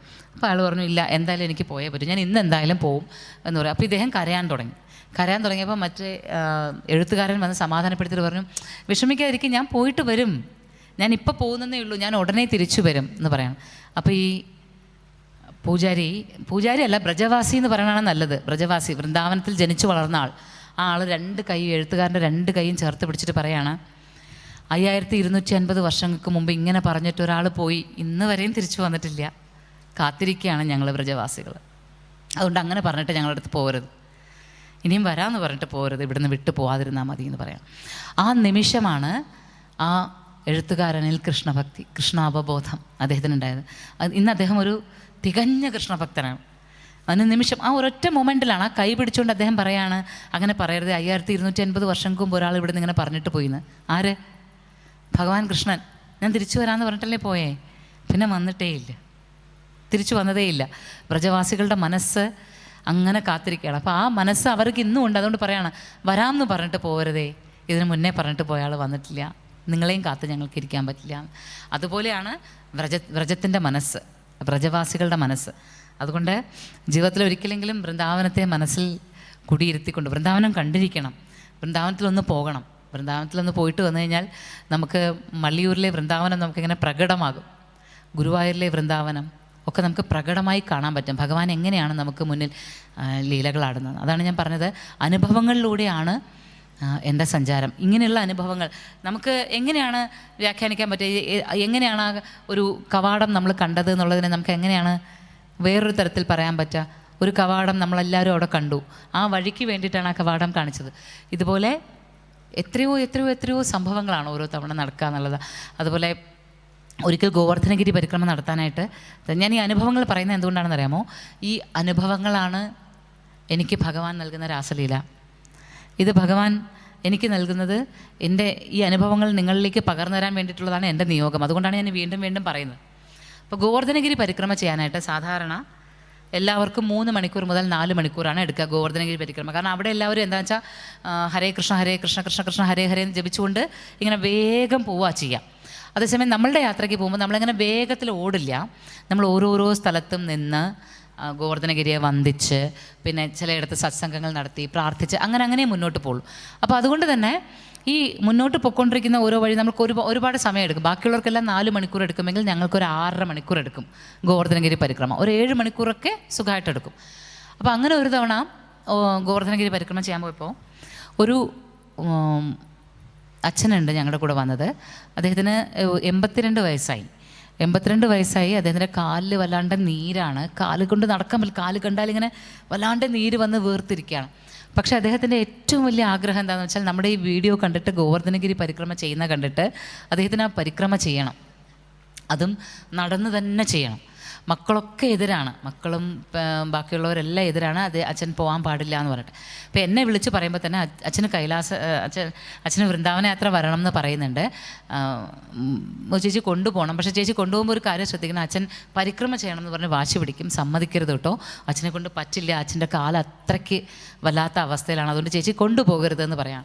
അപ്പോൾ ഞാൻ ശരി, എനിക്കറിയാം ഭഗവാനാണ് അവിടെ തീരുമാനിക്കുന്നത്, ഞാനൊന്നും തീരുമാനിച്ചിട്ട് ഒരു കാര്യമില്ലെന്നറിയാം. എന്നാലും ഓക്കെ എന്ന് പറഞ്ഞ് പോയി. അപ്പോൾ ഗോവർദ്ധനഗിരി പരിക്രമയുടെ അതിന് മുന്നേ തന്നെ അദ്ദേഹം എന്നോട് പറയുന്നുണ്ട്, ഞാൻ പരിക്രമ ചെയ്യും മോളെ, ഞാൻ പരിക്രമ ചെയ്യും, നിങ്ങൾക്ക് ഒരു ബുദ്ധിമുട്ടും ഉണ്ടാക്കാതെ ഞാൻ പരിക്രമ ചെയ്യുമെന്ന് പറയുന്നുണ്ട്. ഗോവർദ്ധനഗിരി പരിക്രമയുടെ അന്ന് വന്നപ്പോൾ അദ്ദേഹം പറഞ്ഞു, എനിക്ക് പരിക്രമ ചെയ്യണം, ഞാൻ ചെയ്യും. അപ്പോൾ ഞങ്ങൾ എല്ലാവരും പറഞ്ഞു ശരി ചെയ്യാൻ പറഞ്ഞു. അപ്പോൾ അദ്ദേഹം വളരെ സ്ലോ ആയിട്ടാണ് നടക്കുന്നത്, അത്രയും പതിയെ നടക്കാൻ പറ്റുള്ളൂ. പിന്നെ അതിനിടയ്ക്ക് അദ്ദേഹത്തിന് ഇടയ്ക്ക് കാല് വേദനയായിട്ട് കുറേ നേരം നിൽക്കുകയൊക്കെ ചെയ്തു. വേദന കാരണം അദ്ദേഹത്തിന് സഹിക്കാൻ വയ്യാത്ത വേദന. അപ്പോൾ എൻ്റെ അടുത്ത് എല്ലാവരോടായിട്ട് പറഞ്ഞു, എനിക്ക് മോജി ഒന്ന് കാണണം, എനിക്കിങ്ങനെ വേദന എടുത്ത് നിൽക്കണം, മോജി ഒന്ന് കാണണം എന്ന് പറയാം. അപ്പോൾ പരിക്രമ ചെയ്യുമ്പോൾ നമുക്ക് തിരിഞ്ഞ് നടക്കാൻ പറ്റില്ല. അപ്പോൾ ഞാനൊരല്പം മുമ്പിലാണ്. അപ്പോൾ ഞാൻ അവിടെ വെയിറ്റ് ചെയ്തു. എന്നിട്ട് ഞാൻ തിരിച്ച് വിളിച്ചു പറഞ്ഞു, ഞാൻ ഇവിടെ തന്നെ വെയിറ്റ് ചെയ്യാണ്, എത്ര വേദന ഉണ്ടെങ്കിലും മെല്ലെ മെല്ലെ നടന്ന് എൻ്റെ അടുത്തേക്ക് വരൂ, അപ്പോൾ നമുക്ക് സംസാരിക്കാമെന്ന് പറയണം. അപ്പോൾ വളരെ സ്ലോലി ആ കാലെടുത്ത് വെക്കുന്നൊക്കെ കണ്ടാൽ നമുക്ക് അറിയാം ആ പെയിൻ. അങ്ങനെ നടന്ന് അദ്ദേഹം എൻ്റെ അടുത്ത് വരികയാണ്. എന്നെ കണ്ട ഉടനെ ആദ്യം പറഞ്ഞതേ, അപ്പോൾ ഞാനെന്താണ് ഒരു റിക്ഷയൊക്കെ തയ്യാറാക്കി വെച്ചിരിക്കുകയാണ്. കാരണം ഇദ്ദേഹം അത്രയും മടുത്തിട്ടാണ് വരുന്നത്. ഈ റിക്ഷയിൽ ബാക്കി അദ്ദേഹത്തിനെ പരിക്രമ റിക്ഷ ചെയ്യിക്കാനായിട്ട് കയറി വന്നുകൊണ്ട് അദ്ദേഹം 2 കൈയും കൂപ്പിയിട്ട് എൻ്റെ അടുത്ത് പറയാണ്, മോളെ ഞാൻ എങ്ങനെയായാലും നടന്നേ പരിക്രമ ചെയ്യുള്ളൂ, ദയവായിട്ട് എന്നെ റിക്ഷയിൽ കയറ്റി വിടരുത്, എനിക്ക് നടന്ന് തന്നെ ഗോവർദ്ധനഗിരി പരിക്രമ ചെയ്യണമെന്ന് പറയാം. അത് കഴിഞ്ഞ് അദ്ദേഹം, അപ്പോൾ ഞാൻ പിന്നെ വെച്ച് ഭഗവാന്റെ തീരുമാനമാണത്, അങ്ങനെ വിട്ടുകൊടുത്തു. അങ്ങനെ അദ്ദേഹം നടന്ന് പോകുമ്പോഴേക്കും ഒരു പെരുമഴ. വൃന്ദാവനത്തിൽ സാധാരണ മഴ പെയ്യാറേ ഇല്ല, വളരെ കുറച്ചേ മഴ പെയ്യാറുള്ളൂ. ഇത് പെരുമഴ എന്ന് വെച്ചാൽ വല്ലാത്തൊരു മഴ, ശക്തമായിട്ട് മഴ പെയ്തിട്ട് നമുക്ക് തോന്നിപ്പോവും ഭഗവാൻ ഇപ്പോൾ ഗോവർദ്ധനഗിരി എടുത്ത് ഉയർത്താൻ പോവുകയാണോ, ഇത്രയും മഴ. ഗോവർദ്ധനഗിരിയിൽ നിന്നൊക്കെ ചാലുകൾ ഇങ്ങനെ ഒഴുകാൻ തുടങ്ങി. അപ്പോൾ അത്രയ്ക്ക് ശക്തമായിട്ടുള്ള മഴ. ഈ മഴയുടെ സമയത്ത് ഞാൻ ആലോചിക്കുന്നത്, എൻ്റെ മുന്നിൽ അദ്ദേഹം പോയി കുറച്ച് ദൂരം നടന്നു, എൻ്റെ കണ്ണിൽ കാണുന്നില്ല അദ്ദേഹം മുമ്പിൽ നടക്കുന്നത്. അദ്ദേഹം എന്ത് ചെയ്യും, കാലിന് ഇത്രയും വേദനയുണ്ട്, മഴയത്ത് അദ്ദേഹം എവിടെ കയറി നിൽക്കും എന്നുള്ള ചിന്ത കൊണ്ട് ഞാൻ വേഗം നടക്കുകയാണ്, ഇദ്ദേഹം എവിടെയാണെന്നും. നടന്നു പോകുമ്പോൾ ഞാൻ കാണുന്ന കാഴ്ച എന്താണെന്ന് വെച്ചാൽ, മഴ പെയ്ത് ഗോവർദ്ധനഗിരിയിൽ നിന്നിങ്ങനെ ചാലൊഴുകി വരിക. ഈ ഒഴുകി വരുന്ന ചാലിൽ ചാടി കളിക്കാൻ ഒരു കൊച്ചുകുട്ടിയെ പോലെ പൊട്ടിച്ചിരിച്ചുകൊണ്ട് ഇദ്ദേഹം ചാടി കളിക്കുകയാണ്. ഈ വെള്ളത്തിൽ ചാടി കളിക്കുകയാണ്. 82 വയസ്സുള്ള അദ്ദേഹം ചാടുന്നു, അങ്ങോട്ട് ചാടുന്നു, ഇങ്ങോട്ട് ചാടുന്നു. ഈ കാലിലൊരു ശകലം പോലും നീരില്ല. ഒരല്പം മുന്നേ വരെ ഞാൻ കണ്ടതാണ് നീര്, ഒരു ശകലം പോലും നീരില്ല. അദ്ദേഹം ഈ വെള്ളത്തിൽ കിടന്ന് കളിക്കുകയാണ്. ഞാനിങ്ങനെ അത്ഭുതപ്പെട്ടിങ്ങനെ നോക്കി നിൽക്കുമ്പോൾ അദ്ദേഹത്തിൻ്റെ പുറകിലായിട്ടൊരു വലിയ മഴവില്ല് ഇങ്ങനെ തെളിഞ്ഞ് നിൽക്കുക, മഴയും മാറിയിട്ടൊരു മഴവില്ലും. ഇത് ഒരു നിമിഷം ആ പ്രായം, അത് കഴിഞ്ഞ് അദ്ദേഹം പരിക്രമ ചെയ്യുകയും ചെയ്തു. പരിക്രമ ഫുള്ള് നടന്ന് തന്നെ ചെയ്തു, കംപ്ലീറ്റ് ചെയ്തു. ഞങ്ങൾ ഗോവർദ്ധനഗിരി ക്ഷേത്രത്തിലെത്തി. അപ്പോൾ ഞാനിങ്ങനെ നടന്നു പോകുന്ന വഴിക്ക് ആലോചിക്കുകയാണ്, സാധാരണ 7 മണിക്കൂർ എടുക്കും. ഇത്തവണ മഴ പെയ്തിട്ട് 3/4 മണിക്കൂറോളം നമ്മൾ കാത്തു നിന്നു. പിന്നെ ഇദ്ദേഹം വളരെ സ്ലോ ആയിട്ടാണ് നടക്കുന്നത്. മിനിമം ഒരു 10 മണിക്കൂറെങ്കിലും എടുക്കും. അപ്പോൾ ഇന്ന് രാത്രി ഒരു 12-1 മണിയെങ്കിലും ആവുമായിരിക്കും പരിക്രമ തീരാൻ എന്ന് കരുതാണ്. പരിക്രമ എല്ലാം പൂർത്തിയാക്കി എല്ലാവരും ചെന്ന് നോക്കുമ്പോൾ 8 മണി സമയം. അതായത് 4.5 മണിക്കൂർ തൊട്ട് 5 മണിക്കൂർ വരെ പരിക്രമയ്ക്ക് എടുത്തിട്ടുള്ളൂ ആകെ. പക്ഷേ പതിവിൽ നിന്ന് വ്യത്യസ്തമായിട്ട് 3/4 മണിക്കൂറോളം മഴ പെയ്ത് ഞങ്ങൾ ഒരിടത്ത് നിന്നു. പിന്നെ ഈ അച്ഛൻ വളരെ സ്ലോയിലാണ് നടന്നുകൊണ്ടിരുന്നത്. എന്നിട്ടും സാധാരണ 6.5 മണിക്കൂർ എടുക്കുന്ന പരിക്രമ 4.5 മണിക്കൂർ 5 മണിക്കൂർ കൊണ്ട് പൂർത്തിയാക്കിയിരിക്കുന്നു. അപ്പോഴാണ് മനസ്സിലാക്കുന്നത് ആരാണ് ഈ സമയമൊക്കെ തീരുമാനിക്കുന്നത്. നമ്മൾ വിചാരിക്കുകയാണ് എൻ്റെ സമയം, എൻ്റെ 10 മിനിറ്റ്, എൻ്റെ 20 മിനിറ്റ്, എൻ്റെ 15 മിനിറ്റ്, അല്ലെങ്കിൽ ഞാൻ എടുക്കുന്ന സമയം. ആരാണ് ഈ സമയം തീരുമാനിക്കുന്നത്? ആരാണ് ഈ കാലത്തെ തീരുമാനിക്കുന്നത്? സാക്ഷാൽ ഭഗവാൻ അല്ലെങ്കിൽ അത് ആര്? എങ്ങനെ അത് പറയും? ഇത്രയും സമയം സാധാരണ എടുക്കുന്നതിനേക്കാൾ എങ്ങനെ പോയാലും ഒരു 2.5 മണിക്കൂർ കൂടുതൽ എടുത്തിട്ടുണ്ടെന്ന് ഞങ്ങൾക്ക് നന്നായിട്ട് അറിയുമ്പോൾ സാധാരണ എടുത്തതിനേക്കാൾ 2.5 മണിക്കൂർ കുറഞ്ഞ സമയത്തിൽ പരിക്രമ പൂർത്തിയായിരിക്കണം. പിന്നെ 82 വയസ്സുള്ള ആൾ 16 വയസ്സായ ആളെപ്പോലെ തുള്ളിക്കളിച്ച് പരിക്രമ പൂർത്തിയാക്കുന്നു. കാലിൽ നീരില്ല. പിറ്റേ ദിവസം രാവിലെ വീണ്ടും അതേപോലെ നീര് വന്നിട്ടുണ്ട്. പരിക്രമ ചെയ്തപ്പോൾ നീരില്ല.